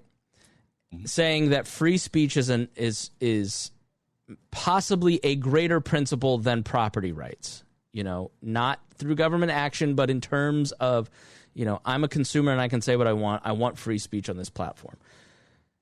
And now the people who are making the property rights argument at me are making the free speech argument, and property rights don't matter because Trump should regulate them because this is outrageous. And you go, wait a minute. How did I go from like I was being called a right-wing Nazi for defending Alex Jones, and now I'm like a left-wing Salon.com writer because you people have decided that you want to use the government to censor? It's so odd how things have shift so quickly, if you just stick to one location. So I don't get it. Moving on, let's talk about DACA. Let's revisit some of that real quick before we go on to foreign policy. DACA. In June, the Supreme Court blocked the Trump administration's move to end DACA, which is basically kids who were born. Explain DACA, Rhinehold. So basically, it gave protections to people who are born here by illegal immigrants. So the idea was, if we just start deporting all the illegal immigrants, we're going to report their kids as well. So the notion was that these people were born here, therefore they're Americans.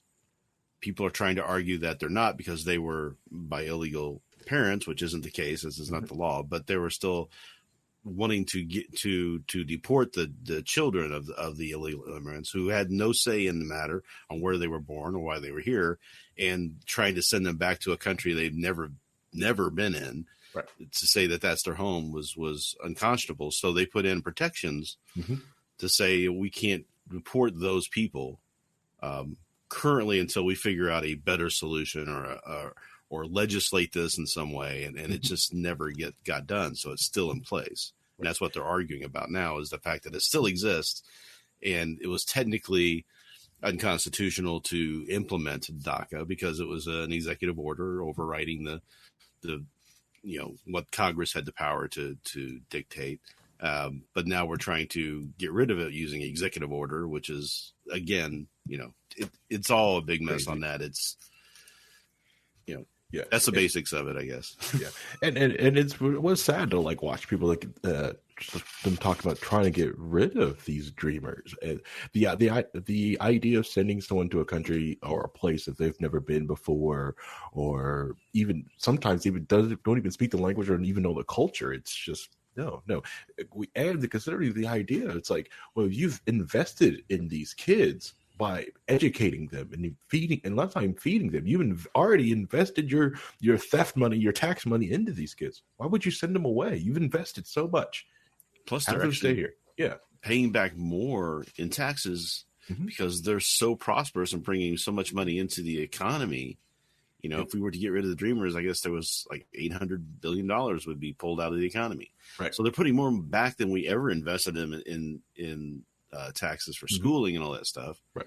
Which is why people advocate doing that, whether we agree with it or not. I mean, that's the thought processes.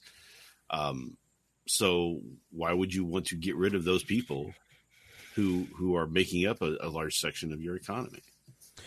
So thank you for covering. I had to get a drink of water and pick my nose. I was like, my nose was itching so bad, and I wasn't going to do it on camera. I was like, DACA, go. In June 2012, the Obama administration creates DACA. Trump kicked off his campaign taking aim at DACA, vowing to, quote, immediately terminate President Obama's illegal executive order on immigration immediately. In his presidential announcement speech on June 16th, 2015, and again during an August 31st rally in Arizona. On September 5th, 2017, Trump officially ordered an end to DACA, giving Congress 6 months to pass a bill to save the policy. As part of the phase-out, the administration planned to adjudicate on a case-by-case basis applications filed by September 5th and reject any new request filed after that date. Individuals who already had DACA protection, it was expiring March 5th, 2018, and would be able to apply for renewal by October 5th, 2017. Now, the stalemate over DACA came to a head in January 2018 when a bipartisan group of senators presented a compromise immigration deal that would protect DACA participants as part of the country's annual budget legislation, but Trump rejected the package and the government shut down for the longest period in history. Why are we having all these people from shithole countries come here? Trump is reported saying during a January 11th meeting to strike a deal for DACA recipients.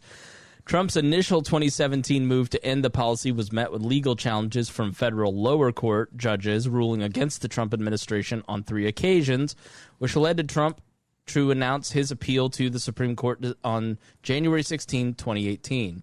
In a June decision, the Supreme Court maintained the status quo. The Trump administration must now either give up on DACA or provide a lower court with a more robust justification for ending the program. We do not decide whether DACA or its recession are sound policies, Judge Roberts wrote. The wisdom of those decisions is none of our concern. Here we address only whether the administration complied with the procedural requirements in the law that insist on a reasonable explanation for its now, that is a shield for those undocumented immigrants brought to the U.S. So that is what is going on. Yep. Now, let's talk about foreign policy. I know Rhinehold's going to disagree with this, but in terms of all of Donald Trump's official policies, this is probably where he's the best. I don't know if Donald Trump is the best on this stuff because he's too incompetent to start a war, because he certainly would if he could, or if he genuinely believes what he says, that he doesn't want to start new wars. But then again, does he believe anything? I don't think so. But I think a lot of this may just be a lot of his foreign policy record is it's not as bad as Joe Biden's. But is the era of interventionism over? Harry, you're shaking your head. Why not? No, I'm in your camp of I think he just doesn't know how. He tried. He tried the best as he could to try to get a war with Iran, and Iran didn't bite. Right. Because Iran's the one that didn't bite on that one, not the United States. Right. Yeah. Right. It's just he probably didn't fill out the correct form, so Iran knew they were supposed to bite, so they knew they would get more money and more, and the CIA would give them more armament, allegedly, to fight. Or maybe he didn't send enough ammo to Iran, allegedly, so they could fight back. Who knows? Somewhere there was a form not filled out as an Illuminati meeting. So yeah. I just think it's just too incompetent. Can't start one. So let's start going through his record. Let's start with North Korea. Trump has met with North Korean dictator Kim Jong-un twice, in Hanoi in February 2019 and the DMZ last summer. Trump claimed his bold new diplomacy could result in tremendous things for U.S.-North Korean relations. Trump's relations have yet to produce any concessions that would put North Korea on a path to denuclearization. Kim has continued to test short-range missiles and other weapons. Any thoughts on North Korea? Yeah, Trump was trying to say he deserved the Nobel Peace Prize for what he did in Korea, and he has actually done absolutely nothing in Korea. Nothing has been accomplished. He's probably given Kim Jong-un more time to build nuclear weapons, which is not necessarily a win for liberty, having a dictator with nuclear weapons. But he got them to talk to, like, they're going to reconcile North Korea and South Korea were going to come back together again. And then North Korea pretty much shot that in the foot, right? I mean, they're saying things to keep themselves going, to keep themselves getting interest from these foreign foreign entities, and to keep themselves just afloat. Mm-hmm. And they're just passing the ball down the line, and they're never accomplishing anything. This is the way it's going to be until people start changing the way we deal with that situation. Right. Yeah. Yeah. Yeah. Okay. All right. Good point, Harry. I'm just going to say the easiest way to deal with the North Korea situation is just open up a bunch of Korean barbecue shops right on the border and just price of admission, just drop your guns here. That's right. That's me. Quote, not ending the wars is one thing that he is often credited for or not. Throughout his time as president, Trump escalated U.S. military involvement in foreign conflicts. He did it in Somalia. A surge in American airstrikes over the last 4 months of 2018 pushed the annual death toll of suspected Shabab fighters in Somalia to the third record high in 3 years. In 2018, strikes killed 326 people in 47 disclosed acts, according to the Defense Department.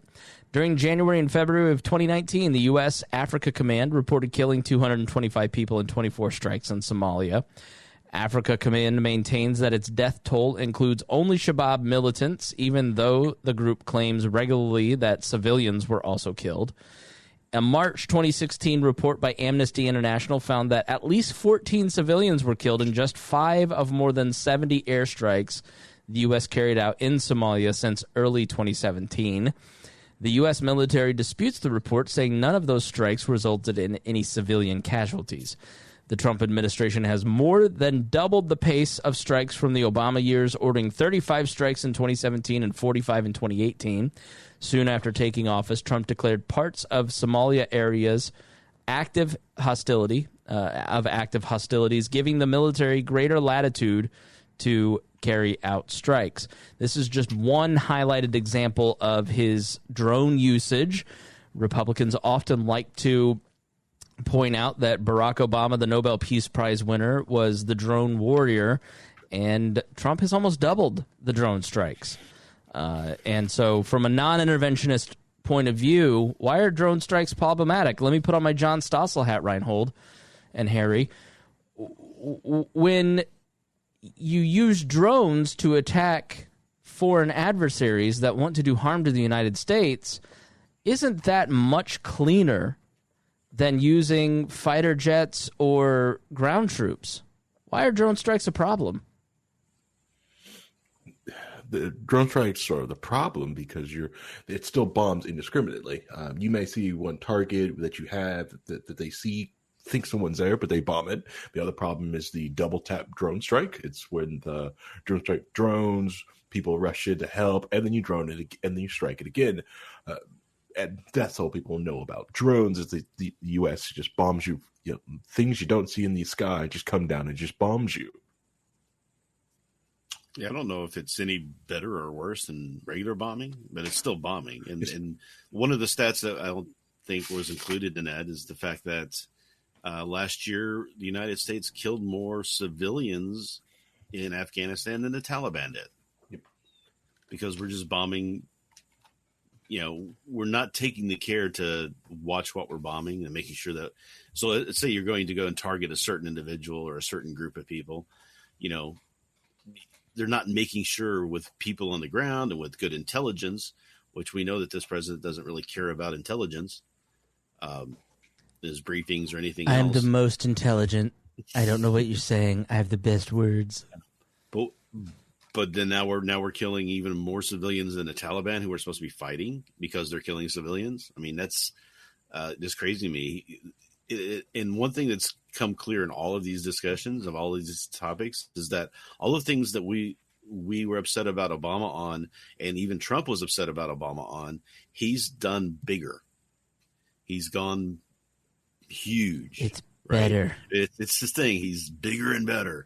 So he's put more people in detention camps. He's deported more people. He's killed more people through bombing. Mm-hmm.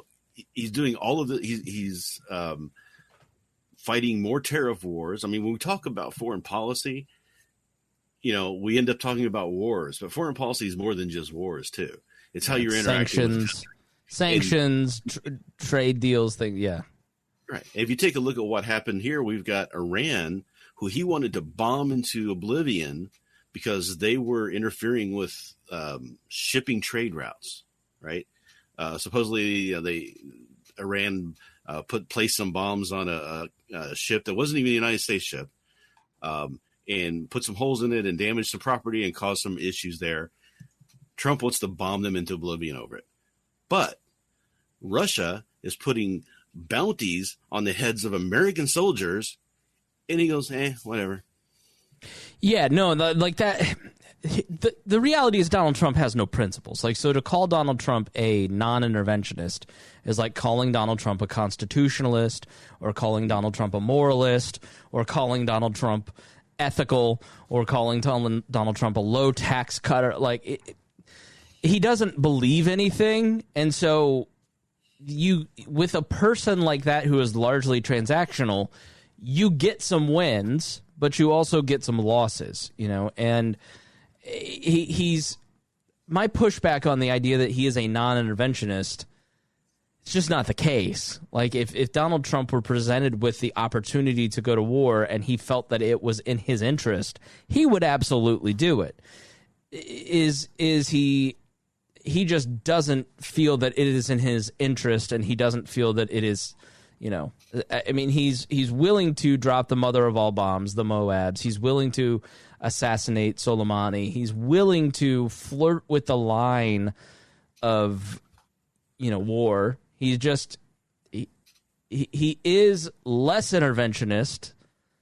He does not practice the Wilsonian view of war and intervention that George W. Bush practiced. And so that is a positive, right? Like, I'm going to give credit where credit is due. But he's not. You also know that he would. He's not what we would like him to be, or how libertarians would practice foreign policy. Right. We also know that even though the interventionists and the Wilsonians and Bush, they intervened in other countries in a way, like the neocons.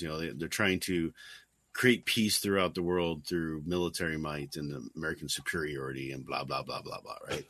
Yeah. But that's at least a principle, or a thought process.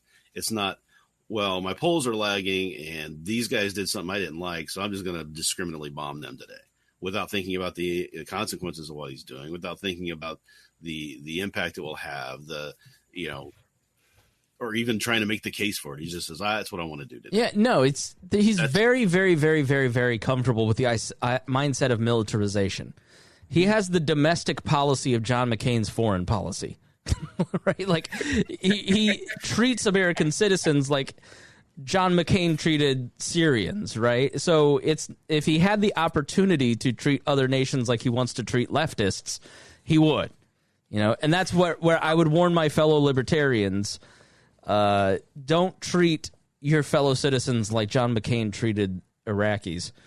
Now, Rand Paul went to bat and gave a speech for him at the RNC this week, and he said, I flew with him to Dover Air Force Base to honor 2 soldiers whose remains were coming home from Afghanistan.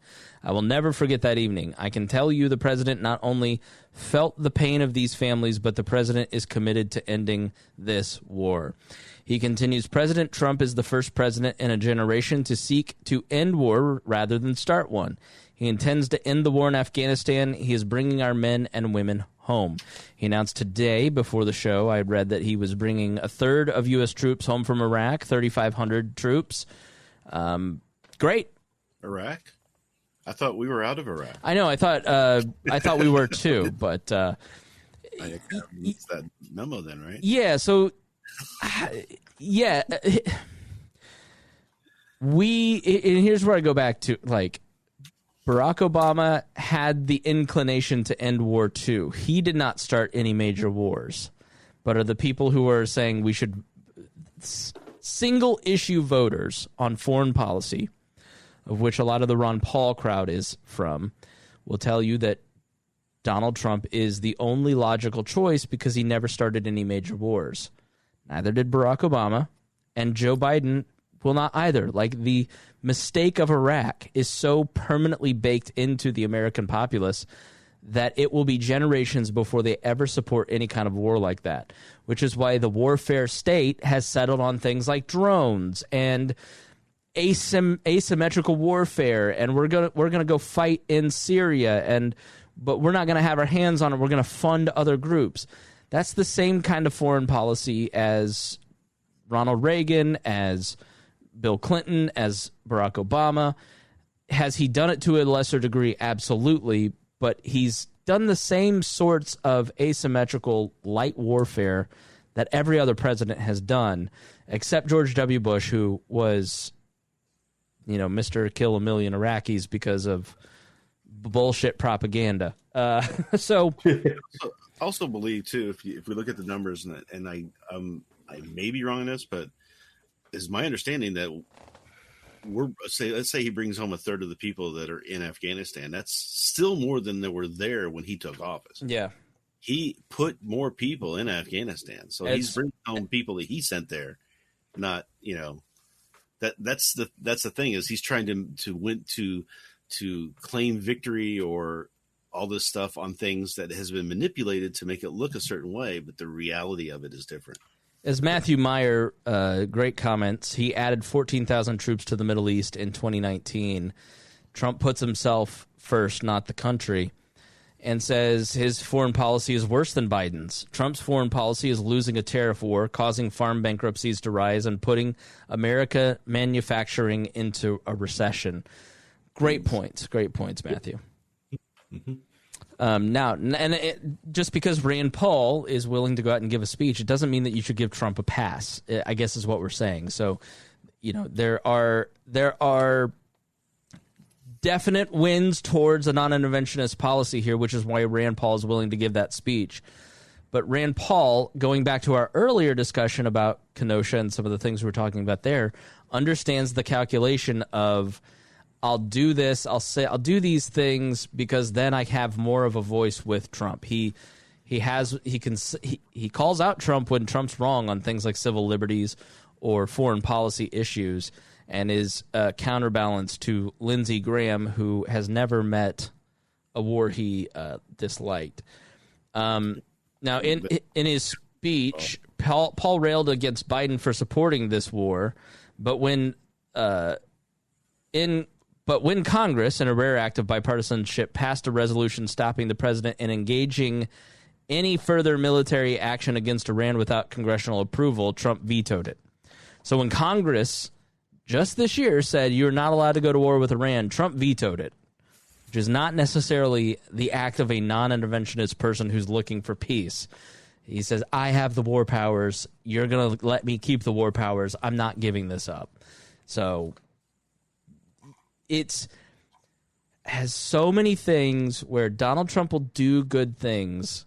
You have to take it with such a big, giant grain of salt because he's so unpredictable that he will flip-flop at any moment if it benefits him. So some of these militaristic impulses are not evidence of a non-interventionist. They're evidence of a person who just feels that domestic policy, specifically igniting culture wars, is much more beneficial to his reelection. He felt if it hadn't been for impeachment and his getting bogged down and trying to defend himself, he probably felt that a war would have been in his interest to gaining popularity and winning the election, which is why he did the Soleimani stuff he did. So I don't give him. He gets partial credit in terms of his record. He backs into some good things. Yeah. Basically. So at the end of his first term, he has not ended any wars and has either escalated certain conflicts or risked escalation of military engagement with countries like Iran when he approved the drone strike of the Iranian general Qasem Soleimani.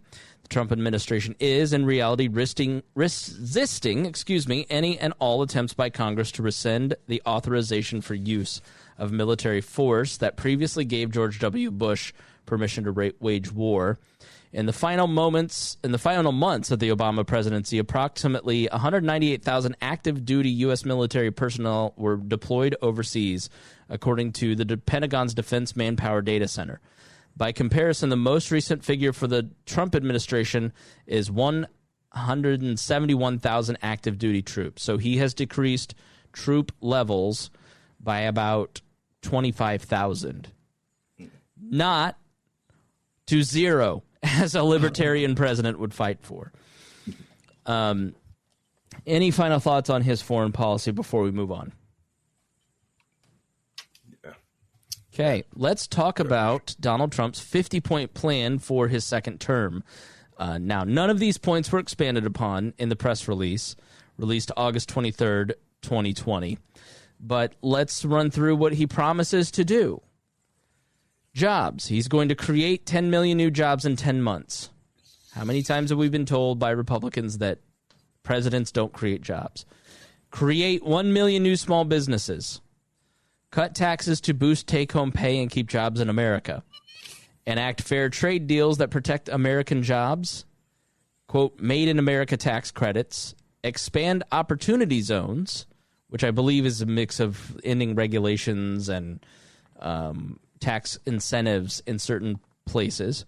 Continue deregulatory agenda for energy independence. So we're going to be energy independent by deregulating that industry. He is going to eradicate COVID-19. He is going to develop a vaccine by the end of 2020. We will return to normal in 2021. Make all critical medicines and supplies for healthcare workers in the United States. And refill stockpiles and prepare for future pandemics. He wants to end our reliance on China. Bring back 1 million manufacturing jobs from China. Tax credits for companies that bring back jobs from China. He is going to allow 100% expensing deductions for essential industries like pharmaceuticals and robotics who bring back their manufacturing to the U.S. No federal contracts for companies who outsource to China. And hold China fully accountable for allowing the virus to spread around the world. Healthcare. Cut prescription drug prices. No, that's not Joe Biden's platform plank. That's the Republican presidential nominee's platform plank. He's going to tell private companies what they can charge or not charge, which is an intervention in the marketplace. Put patients and doctors back in charge of our healthcare system. Lower healthcare insurance premiums, another intervention. End surprise billing. Cover all pre-existing conditions. Protect Social Security and Medicare. And protect our veterans and provide world-class healthcare and services. Now, as far as I know, he's been in charge of the VA for 4 years. He could have done something about that. Protecting Social Security and Medicare, it boggles the mind that the largest piece of our federal budget and deficits come from Social Security and Medicare and Medicaid, and he's not going to touch it. So take that for what it's worth. Education. He's going to provide school choice to every child in America and teach American exceptionalism. Okay. Now, I have a different version of American exceptionalism than Donald Trump. Okay, so sort of like teaching religion in schools. It's almost exactly like teaching a religion in schools. Mike Pence took a verse from Hebrews, took out Jesus, and put in the flag in his convention speech, if you haven't seen that. So my version of American exceptionalism is that this country is exceptional in the world stage because it was a marked shift towards the individual being in charge of their own lives, away from state and centrally planned control over their lives. So America is exceptional because we value free market, spontaneous order, and many libertarian values. That you are free to live your life as you see fit, as long as you don't hurt other people, steal their stuff. That was the purpose of setting up the system in the way that the system was originally founded. And it was set up to frustrate authoritarians who wish to control the markets and personal lives.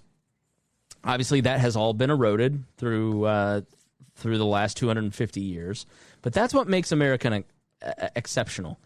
In my view, Donald Trump's view of American exceptionalism is Donald Trump. Somebody who is loud and confident and rich with gold plating, Las Vegas, lots of money, wealthy, can buy a lot of things, has the most guns, strongest-willed person, and then just flat out pure American propaganda with waving the flag and never saying anything bad about his version of America, but denying that other people with different experiences than him, let's be honest, white, rich, and militaristic. That is Donald Trump's view of American exceptionalism, in my opinion. Am I wrong? You are not wrong. Okay. My view of exceptionalism is a little different, and it's being able to point out that Donald Trump is all these things and not be considered anti-American for doing so. Yeah. To be able to disagree with our government and seek for redress of our issues through the government process, right?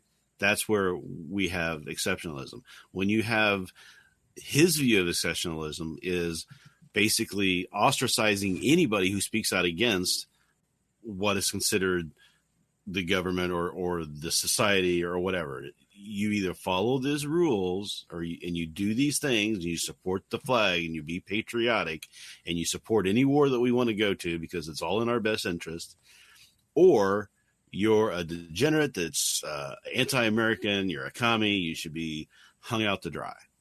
I saw one libertarian podcaster that I'm friendly with say Rittenhouse didn't kill any people, he just killed communists. Yeah.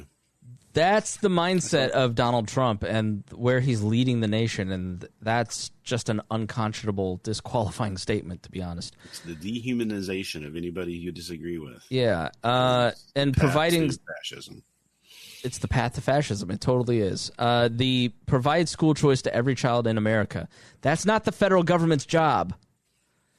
Drain the swamp. Pass congressional term limits. Now, these were all points from this is redo stuff he didn't get done, tried to do, and then reverse course on, as you heard in the last episode. Pass congressional term limits, end bureaucratic government bullying of U.S. citizens and small businesses, expose Washington's money trail and delegate powers back to peoples and states, drain the globalist swamp by taking in international organizations that hurt American citizens. He tried to seize, like, COVID illustrates that he's full of shit. Like, Larry Hogan had to hide and protect his masks and PPE from the federal government so they wouldn't come and seize them. The governor of Maryland literally had to have armed guards around his PPE because the federal government was trying to steal it to send it to other places or keep it for themselves. Donald Trump wants to defend our police, fully fund and hire more police and law officers, increase criminal penalties for assaults on law enforcement officers, prosecute drive-by shootings as acts of domestic terrorism, bring violent extremist groups like Antifa to justice, end cashless bail, and keep dangerous criminals locked up until trial. I can't tell you how much I disagree with all of that, which is basically illustrated in why Joe Biden was wrong on our episode on Joe Biden's record, if you want more expounding on that. But let me take on the domestic terrorism and bringing Antifa to justice. And the problem is that is a complete rejection of classical liberalism and the principles of the American founding, which, again, illustrates he does not understand American exceptionalism. If you are in a riot, if you were in downtown Kenosha 2 nights ago, and you were standing there and doing nothing, you are not a criminal. When you hit somebody, break someone's stuff, or, committing fraud. Your beliefs are fraud. But you are not a criminal by association or holding an ideology. What Donald Trump is basically saying is, I want to take the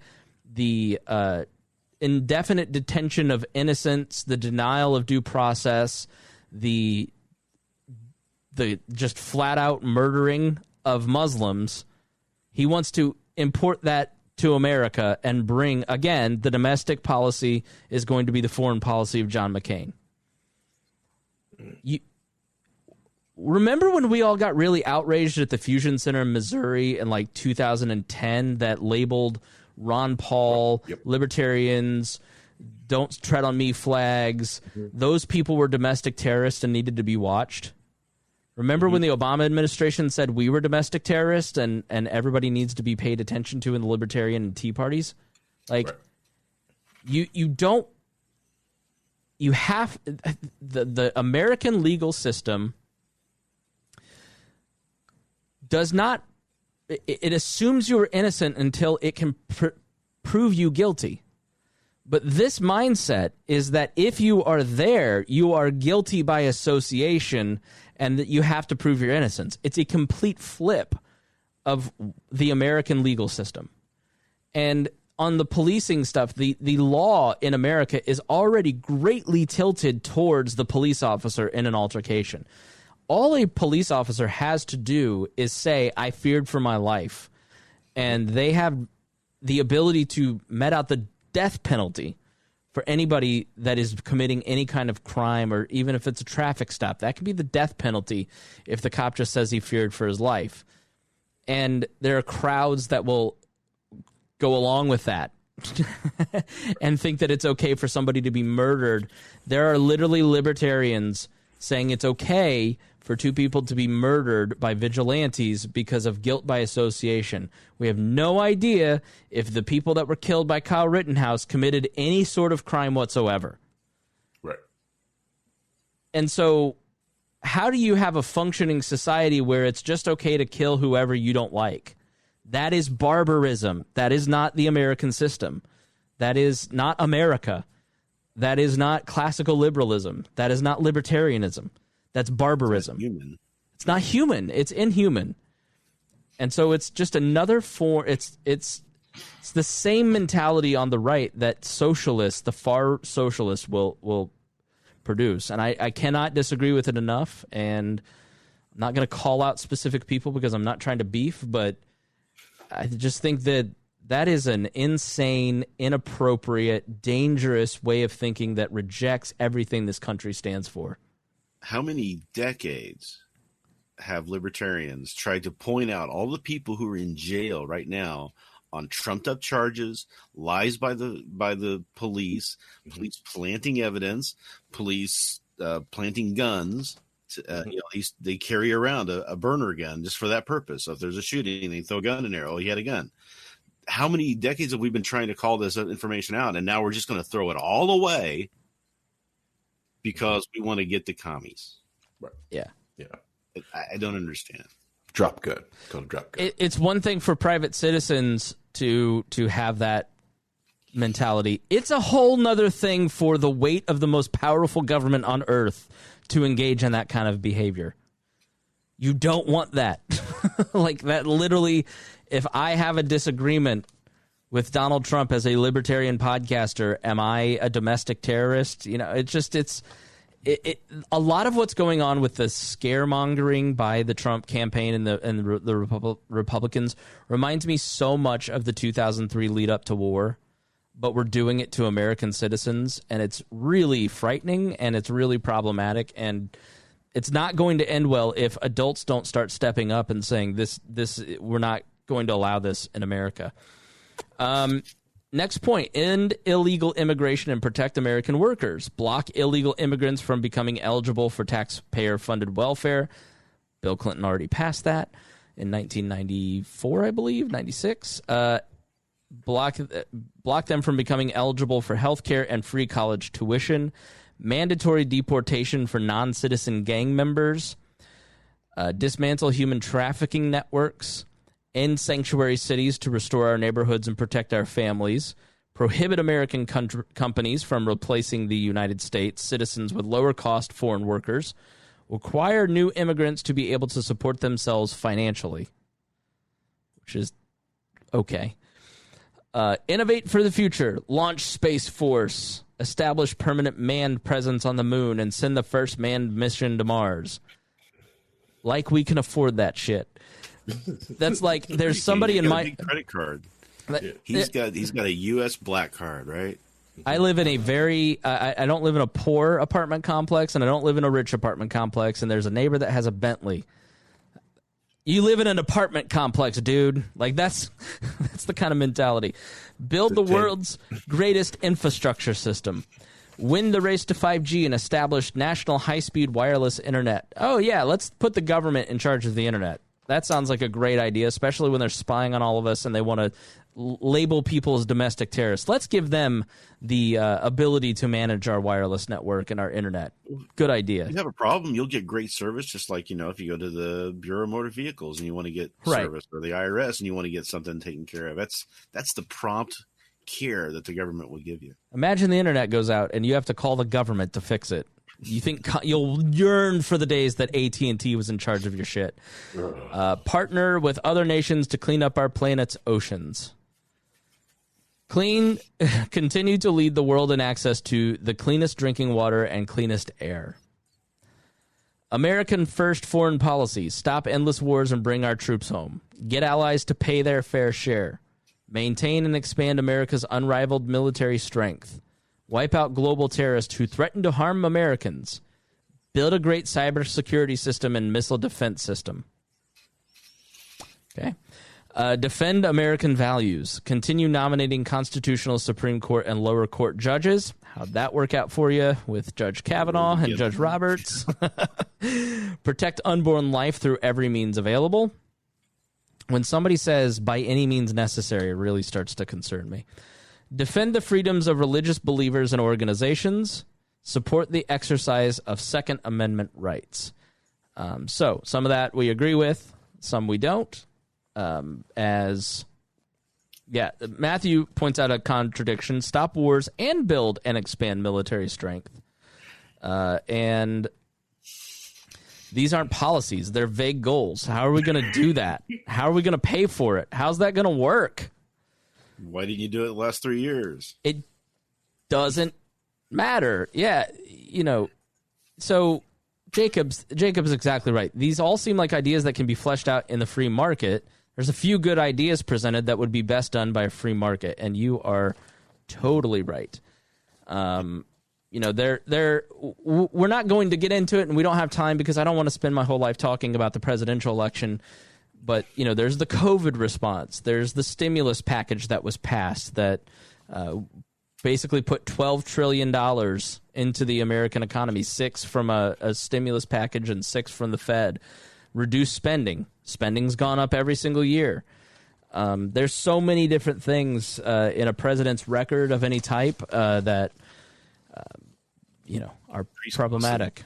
He wants to protect American workers with tariffs, and it just makes people have to pay more for goods and services.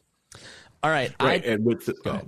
I was going to say, and COVID has given it's a good obfuscational smokescreen of probably what would happen to manufacturing and the Midwest this summer, with those tariffs in place.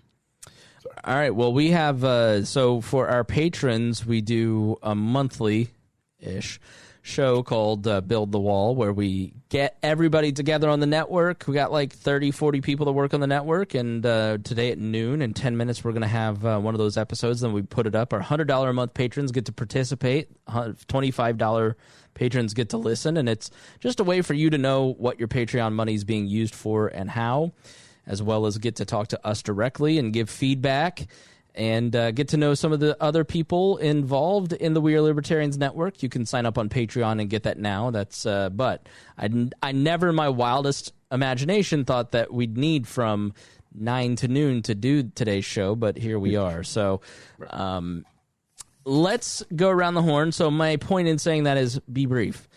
Final thoughts, Rhinehold. Final thoughts is I think we have a horrible choice in front of us if we follow the two-party model, that we have to choose between either Biden or Trump. And I reject that. I think we have another option we can choose, and we should choose that one.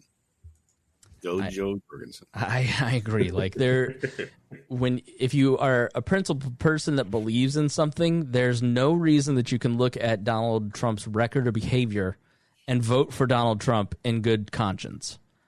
There's no way to look at Joe Biden and Kamala Harris's records and vote for them in good conscience if you believe in if you believe that it's going to work. Register a protest vote. People often don't have the courage to make change, but once you make that change and you start smashing that different button, I'm under no illusions that the Libertarian Party is going to get elected president or that they're going to impact much. In fact, I have a lot of evidence that it doesn't. But at the end of the day, I can look myself in the mirror knowing that I didn't vote for these two people. I'm glad that I can register and show up in the vote totals as a person who says, I don't buy into your system. I don't buy into the death cult of Republicans and Democrats. So I appreciate that option exists. And it gives me an opportunity to exercise my First Amendment rights. Those are my final thoughts. Harry, yours? Oh, yeah.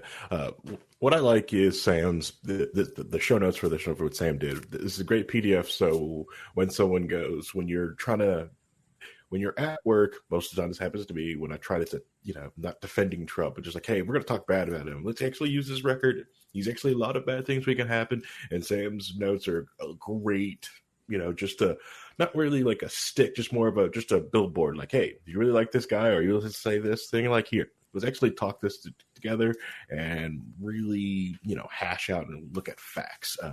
But the other thing I want to go to is the whole North Korea, China situation. I really feel that the main thing that what North Korea was doing was trying to rebuild that relationship they had with China. China was kind of the relationship between China and North Korea was actually breaking down a little bit on the back end, and actually was kind of North Korea needed China's economic might to buy more stuff and allow China to buy more stuff from North Korea to help them out.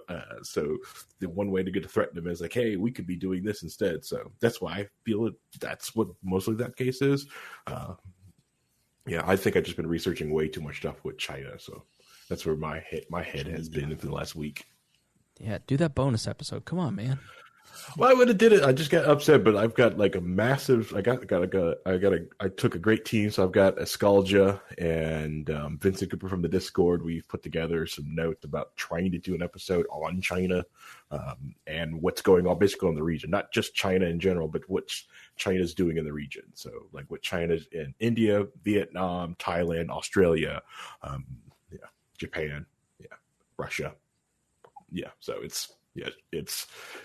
China's poking a lot of things. So that's what she said. All right. Thanks so much for joining us. We appreciate everybody for dropping in. And hey, the most powerful thing you can do to help spread the word is share it. Share it with your friends, your family. Say this is a different take than anything anybody else is saying out there. There's tons of facts in here. I recognize that sharing a 2.5-hour episode with your friends and family is a lot. So we are cutting out the video and posting on YouTube the chunks.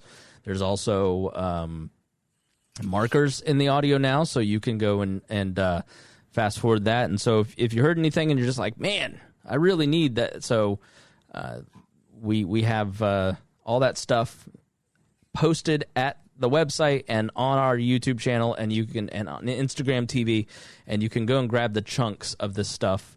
Take out all the stuff that's not relevant, like our chit chat and dated references, and like I want them to hear this about what he's going to do, but I don't want them to hear this about the Rittenhouse stuff. We got it all chunked out for you on the YouTube channel. So please spread the word, share the word about We're Libertarians. We appreciate it, and we will talk to you again next week.